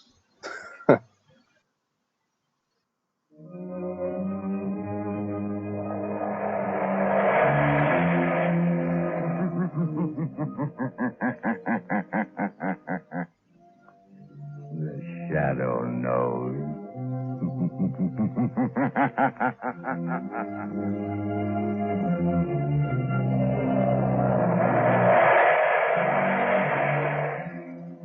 Blue Coal presents The Shadow, the mystery man who strikes terror into the very hearts of shopsters, lawbreakers, and criminals. Today, the Society of the Living Dead. In just a moment, the Shadow's exciting adventure will begin. Meanwhile, I have an important message for all you homeowners. We are now in the midst of the most treacherous season of the entire year. But you can protect your family's health during this danger period by burning blue coal. For blue coal gives you clean, uniform, healthful heat all winter long. And its harmless blue coloring is your guarantee of better heat at less cost. So when you order fuel, insist on blue coal. It's Pennsylvania's finest anthracite. Your nearest blue coal dealer will be glad to send you a trial ton. Phone him tomorrow.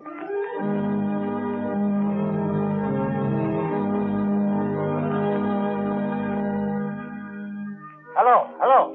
Daily Classic, City Desk. Yes, go ahead, Turner. Mr. and Mrs. Smith are being held in Holly military prison as spies. The Smiths are believed not to be American citizens. What? Yes. The Prime Minister was handed a note by American ambassador this morning. Yes, go ahead. American State Department reported investigating circumstance under which the Smith passports were issued. Good work, Turner. Keep feeding it. Yes, sir? Hold the presses for a new front-page story. London correspondent is on the wire. This phony passport racket is being uncovered.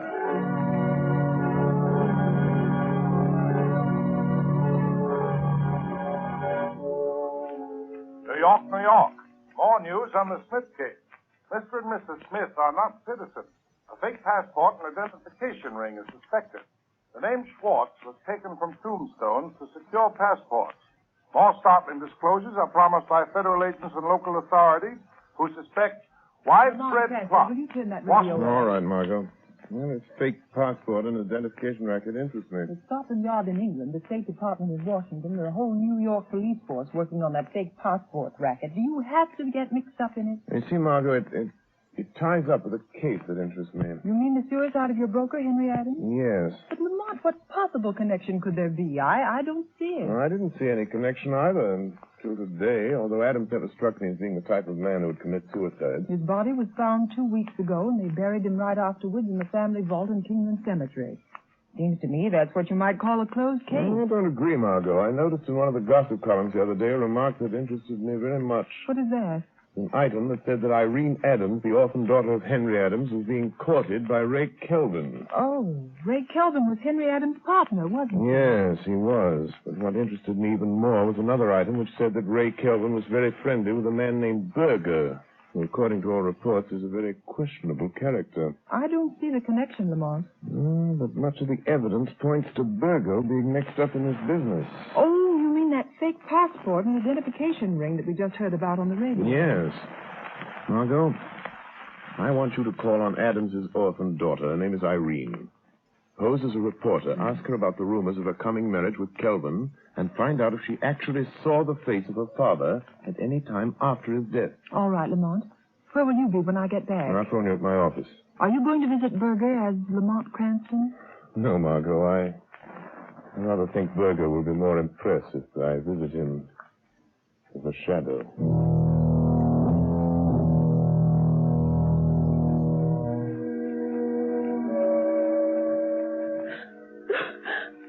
I'm so sorry, Miss Adams. I know it's hard to talk to a stranger about such personal things so soon after your father's tragic death. Yes. True that my father didn't want me to marry Mr. Kelvin. It seems so unfair. Ray Kelvin was his own partner in business. But you are going to marry Mr. Kelvin. Yes. I wanted to wait. It's just soon after Father's death. But Ray has to go away. To Europe. He may be gone for years. It'll be a quiet place. Oh, I see. Mr. Kelvin's leaving the country. But isn't he indicted on a stock swindling charge? Yes. Oh, but he says he'll soon have proof that he didn't have anything to do with it. Miss Adams, don't you realize that Mr. Kelvin can only clear himself by proving that your own father was the swindler? No. Ray wouldn't do that. Did you ever see your father after they found his body in the river? No. Mr. Kelvin said I shouldn't. He said it would only upset me. Do you believe your father committed suicide, Miss Adams? No. I can't bring myself to believe that of Dad. What does Ray Kelvin think about your father's death? Ray said it was suicide. But Dad was worried over what would happen when they tried him on that stock swindle charge. But don't you see, Miss Adams, Kelvin, your fiancé, has been implying all along that your father is a swindler. That he's going to clear himself by pinning the guilt on your father. No, I can't believe that. That's why your father opposed your marriage to Kelvin. No. Why are you saying these things? You have no right. Please go. Yes, I am going, Miss Adams. I'm so sorry if I've hurt you, but I believe you're going to thank me for keeping you from marrying a treacherous thief. Perhaps even a murderer. What do you mean? Who are you talking about? Your dead father's partner. Your fiancé, Ray Kelvin.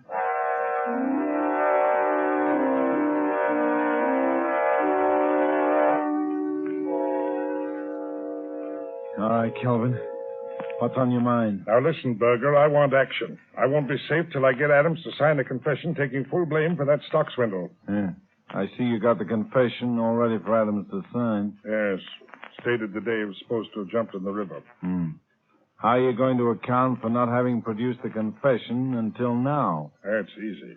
I'll just tell the authorities that in going over his papers, I've just found it. The government will have to dismiss the charges against me when I produce this confession signed by Adams. What are you going to do with Adams?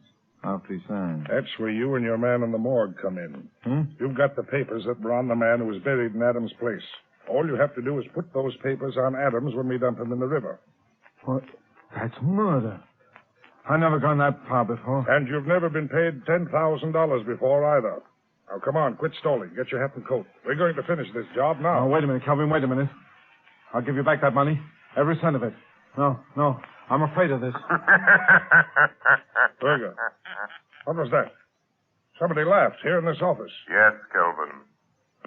It is the laughter that has echoed through the mind of many a killer during his last hours in the death house. Who is that, Berger? Calvin. There's nobody here. Yes, Mr. Berger. The shadow is here. The shadow? Calvin, did you hear that? The shadow. He knows. He's heard everything. You can't go through with it now. Yes, Kelvin.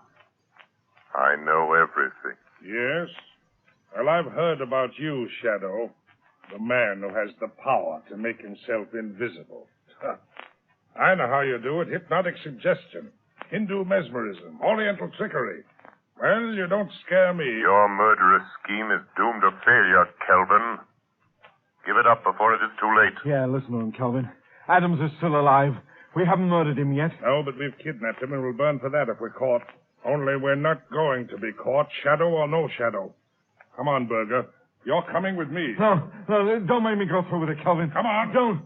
I'll show you what I think of the shadow. Come on, or I'll drill you where you stand. And the shadow if he tries to stop me. You've had your warning, Kelvin. Remember. Come on, Berger, get going. And as for you, Shadow, here's a warning from me. If you follow us, I'll find a way to kill you. Remember that.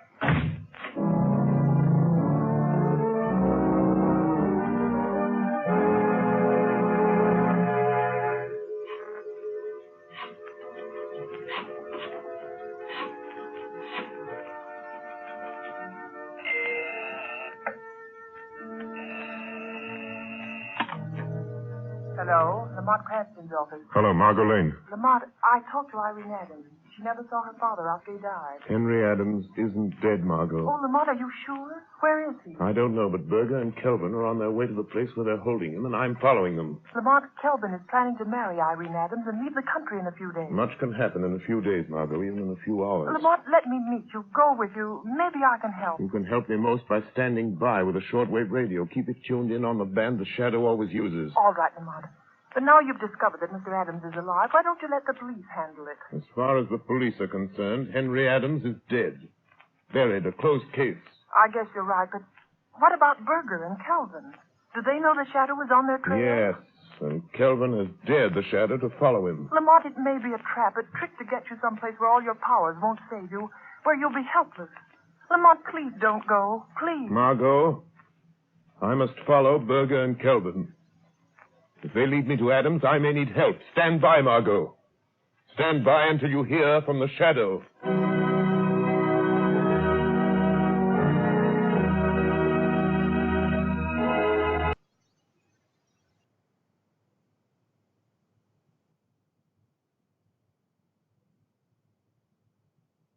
That was an intentional mute. I actually had to cough right as I paused the episode.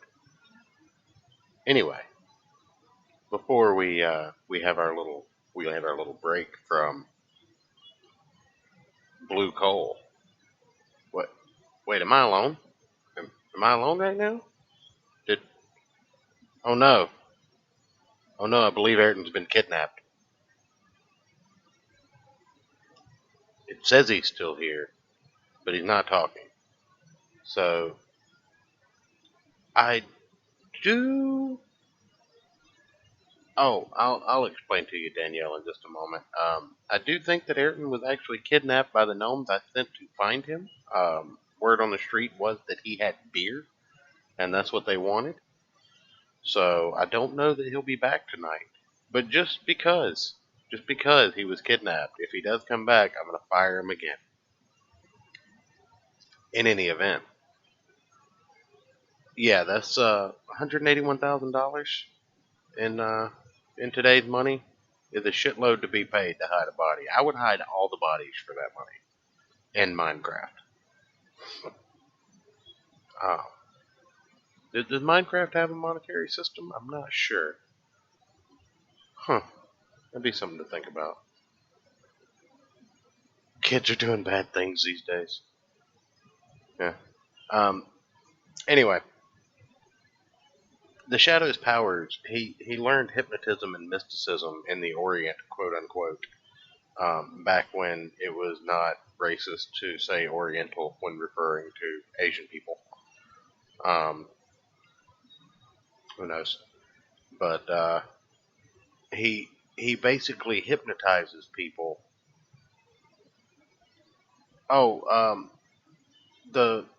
The radio show. He paid the guy $10,000 and wanted him to hide a dead body, and the guy wouldn't hide the body, and he got all pissed off about it.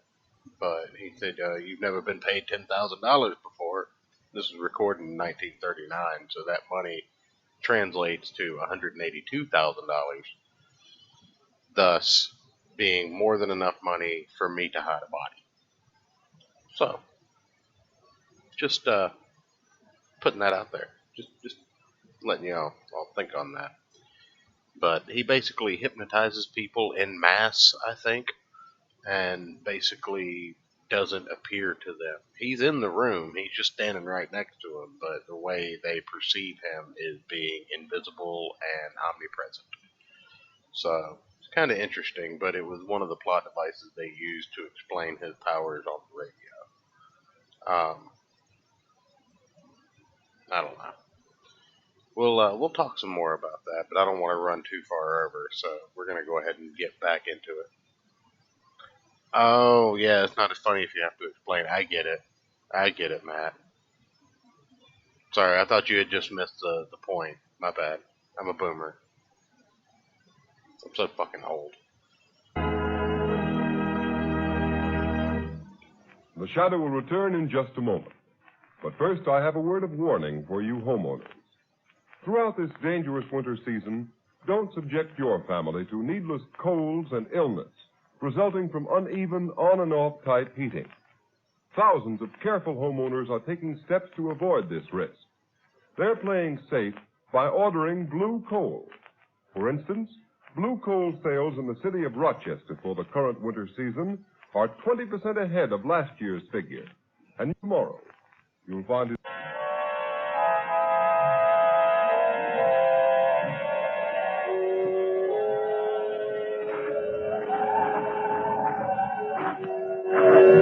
Come on, Kelvin.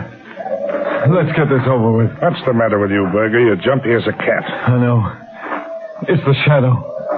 I'm scared. If you had any sense, you'd be scared, too. Oh, forget the Shadow. Yeah?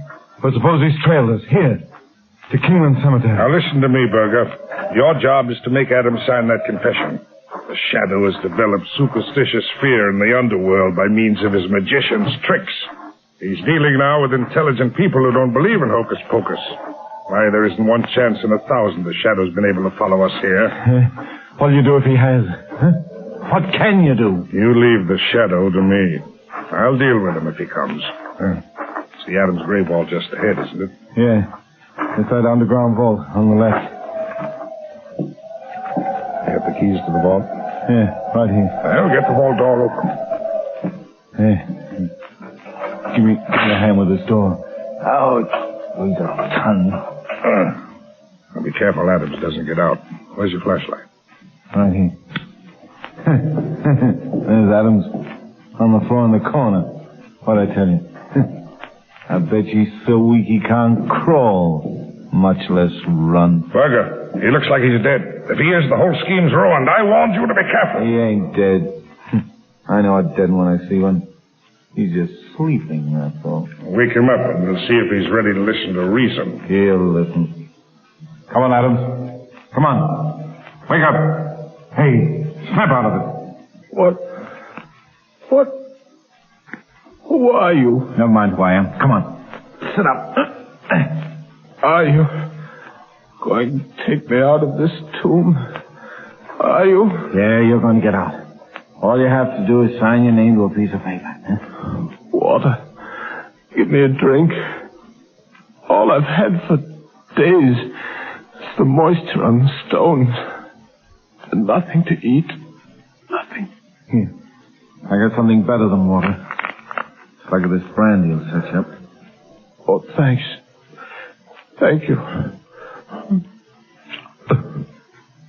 How did you find out they'd locked me up in this grave vault? I thought they were going to leave me here till I died. And then put me in that coffin there, in place of that corpse that's supposed to be me. Never mind about that now. You're going to have a chance to get out of this grave alive, if you do as you're told. Listen, Berger, quit wasting time. Here's the confession and a pen. Make him sign it. Kelvin, you... I couldn't see you with a flashlight in my eyes. You, my own trusted partner. You're behind this. You've done this to me. You stole those securities. Framed me. Sure I did. You're innocent. But if you want to get out of this family vault of yours, you'll take the blame. Sign this confession. I won't. I'll never sign it. Oh, yes, you will. Oh, cut it out. Cut it out, Kelvin. You can't stand much of that in the shape he's in. Do you want to kill him? I won't sign it. I won't. A confession for me would clear you, Kelvin. Put the blame on me. Leave you free to marry my daughter, Irene. You made her think I drowned myself. I'm innocent of the swindling charge. You're the guilty one. You'll sign that confession or I'll break every bone in your body. I told you to go easy. Adams is out cold. Shut up and help me bring him around. With the shadow on our trail, there's no time to lose. Yeah, I know. And I give plenty to know where the shadow is right now. What would you give, Berger? Kelvin! He's here! The shadow's here in the vault with us! Berger, turn off that flashlight. Quick! Now you think we're on even terms. Don't you, Kelvin? You can't see me in the dark of the tomb. And you think I cannot see you? Yes, that's right, Shadow. Kelvin, what are you doing? Stay with me, Berger. And you too, Shadow. I may not be able to see you, but if you come close enough to try to stop me closing the door of this vault, I'll fill you full of lead. Kelvin, don't leave me. You're no use to me anymore, Berger. You can thank the Shadow for that. You ain't going to leave me in here to die. You silly, double-fussing rat. All right, Berger. I'll do you one last favor. I won't leave you to die from thirst and hunger. You'll be luckier than Adams and the Shadow. Come on, Berger. Try to get out before I close this steel door. No, give me a break, Kelvin. Adams, don't give me a chance. I have a gun on me, you know that. Yes, Berger, I know that. Come on, I was just fooling. Oh, you mean I killed him? You mean... So, Kelvin, you shot Berger and added murder to your other crime. You'll never get out of this vault to tell about it, Shadow. You've cheated me out of a chance to beat that swindle indictment. You've ruined my chance of getting Irene with her Adams money. Well, now you're going to have plenty of time to wish you'd never meddled in this. You'll have the pleasure of watching Adams die. He's almost dead now. And when he's gone, you'll have the company of 3 dead men. 3 dead men waiting for you to join them. Goodbye, Shadow. You can lock that steel door, Kelvin. But somehow the Shadow will still get out. All right, Shadow. Let's see you try it. Shadow. Shadow. Kelvin double-crossed me. I'm done for all right. What about you? Can you get out of this place like you said? The police will be here in a few minutes. You told them to come here, you mean? No, but I'm going to. Right now. Margot Lane. Notify Commissioner Weston to pick up Ray Kelvin. Have him send a squad of men to Kingman Cemetery. Have them open the grave vault of Henry Adams. Adams is alive, but in a critical condition. Margot, don't come into the cemetery yourself. Kelvin is at large. Notify Police Commissioner Weston at once. So, Shadow, you're calling the cops. Shadow, it's Kelvin. He's at that air vent at the top of the vault. He heard you calling the cops. Yes, I heard you, Shadow.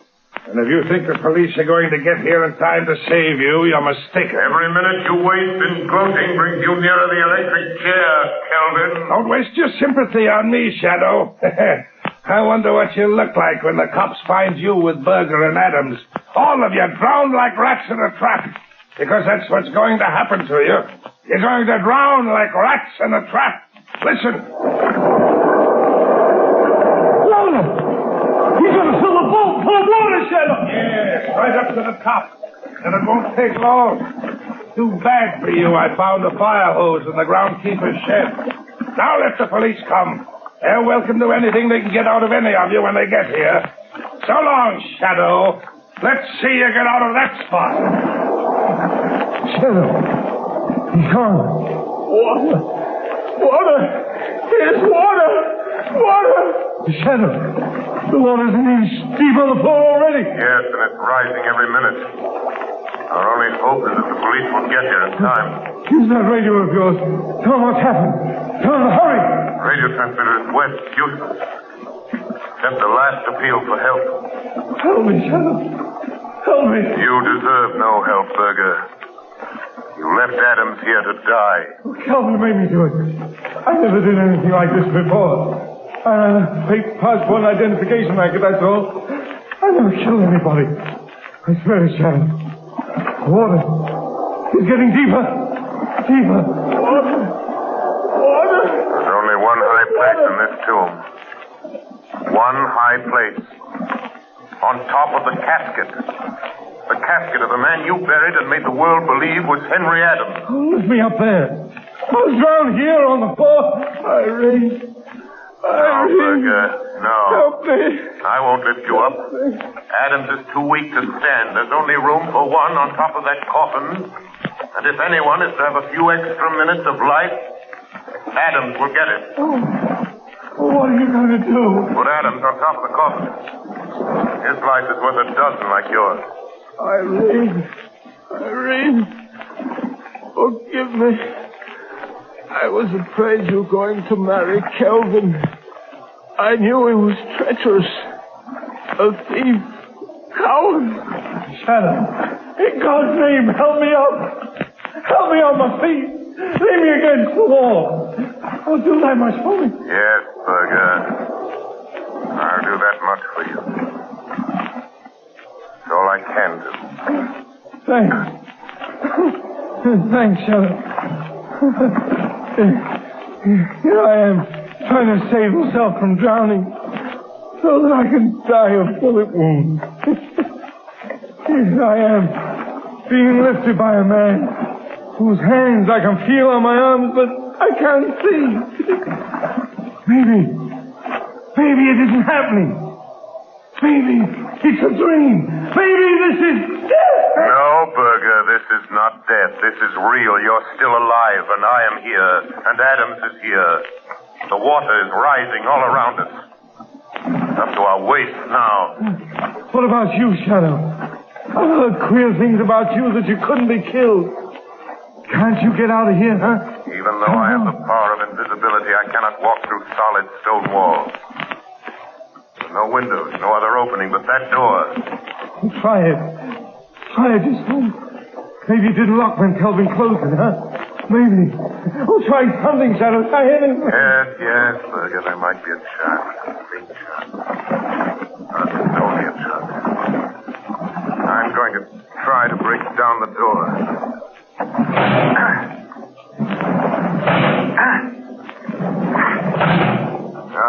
Useless, Berger. You mean you can't even save yourself? No, I can't even save myself. Help doesn't come soon as this vault fills to the roof. The Shadow will die as quickly as you, Berger. No. Not quite as quick. I'm finished, Shadow. Thanks to Kelvin's bullets. I won't drown. No. And perhaps you were lucky after all, Berger.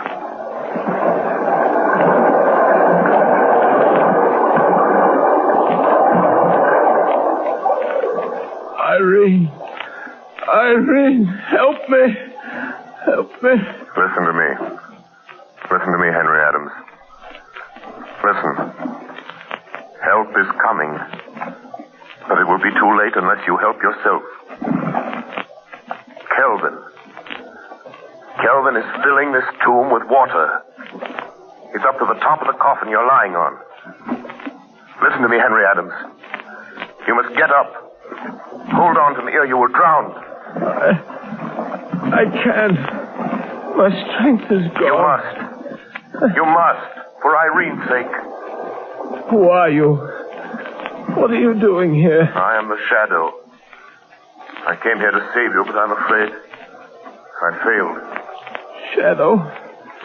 A shadow? It doesn't matter who or what I am. Shadow. Shadow, are you still there? Still alive? So, Kelvin, the fascination of murder has drawn you back to the scene of your crime. I just wanted to make sure of you, Shadow. In that case, you'd better wait a few minutes longer, Kelvin. Who is that? Who is that talking? It sounds like Kelvin. Irene! Irene, don't do it! Don't marry Kelvin! She'll marry me. With you and Berger and the Shadow out of the way, she'll never know, Adams. She'll never know. Kelvin! Kelvin, do you hear that? Do you hear that, Kelvin? It's the police! Run for your life, Kelvin, or better still, fight them off! They're cheating you out of your triumph of death!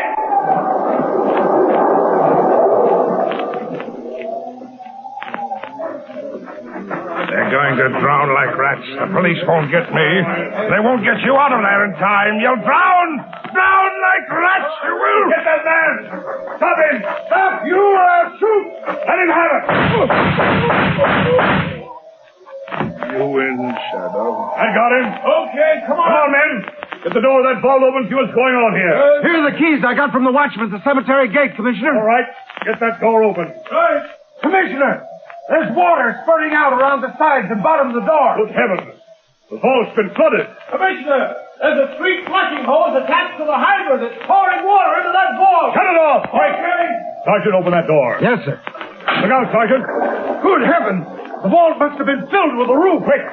Throw your flashlight on the vault. Yes, sir. Commissioner, there's a man lying on top of that casket. Come on, that man isn't dead. He's trying to get up. Yeah. Come on here. Give me a hand with him. Right. Come on. This must be Adams. It is. Adams. Henry Adams. Commissioner Weston. Shadow.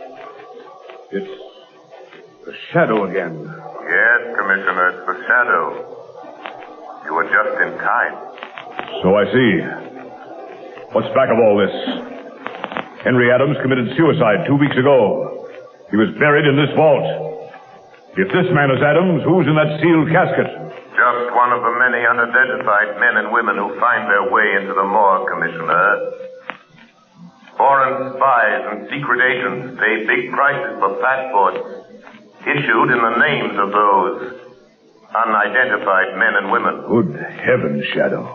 But, Commissioner, the fake identification ring is smashed.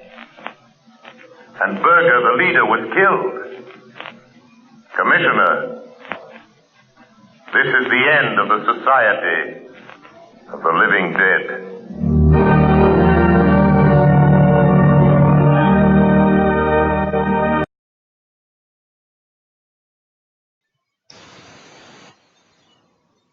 Well, folks, that looks like that's about it for tonight. Nick Rekieta should be live now. Hopefully he's worked through all of his boomer tech issues, but probably not. But I'll go ahead and play you guys out one more time with Vic Mignogna, the remix of Bitch Lasagna. I affectionately just call it Vic Lasagna. But this was by the Kaiba Man. In fact, I'm going to go ahead and just put it up on the screen for you guys to give him full credit. It has been in the description of the video, but I didn't want to show the video at first, just to just in case, but I did see some other people had asked to play it, and he had given them permission, so I wanted to make sure he had full credit here. And here we go. Thank you all for coming out and listening, by the way. It's always a pleasure to have you, and we will see you again this weekend with Amalgam Comics.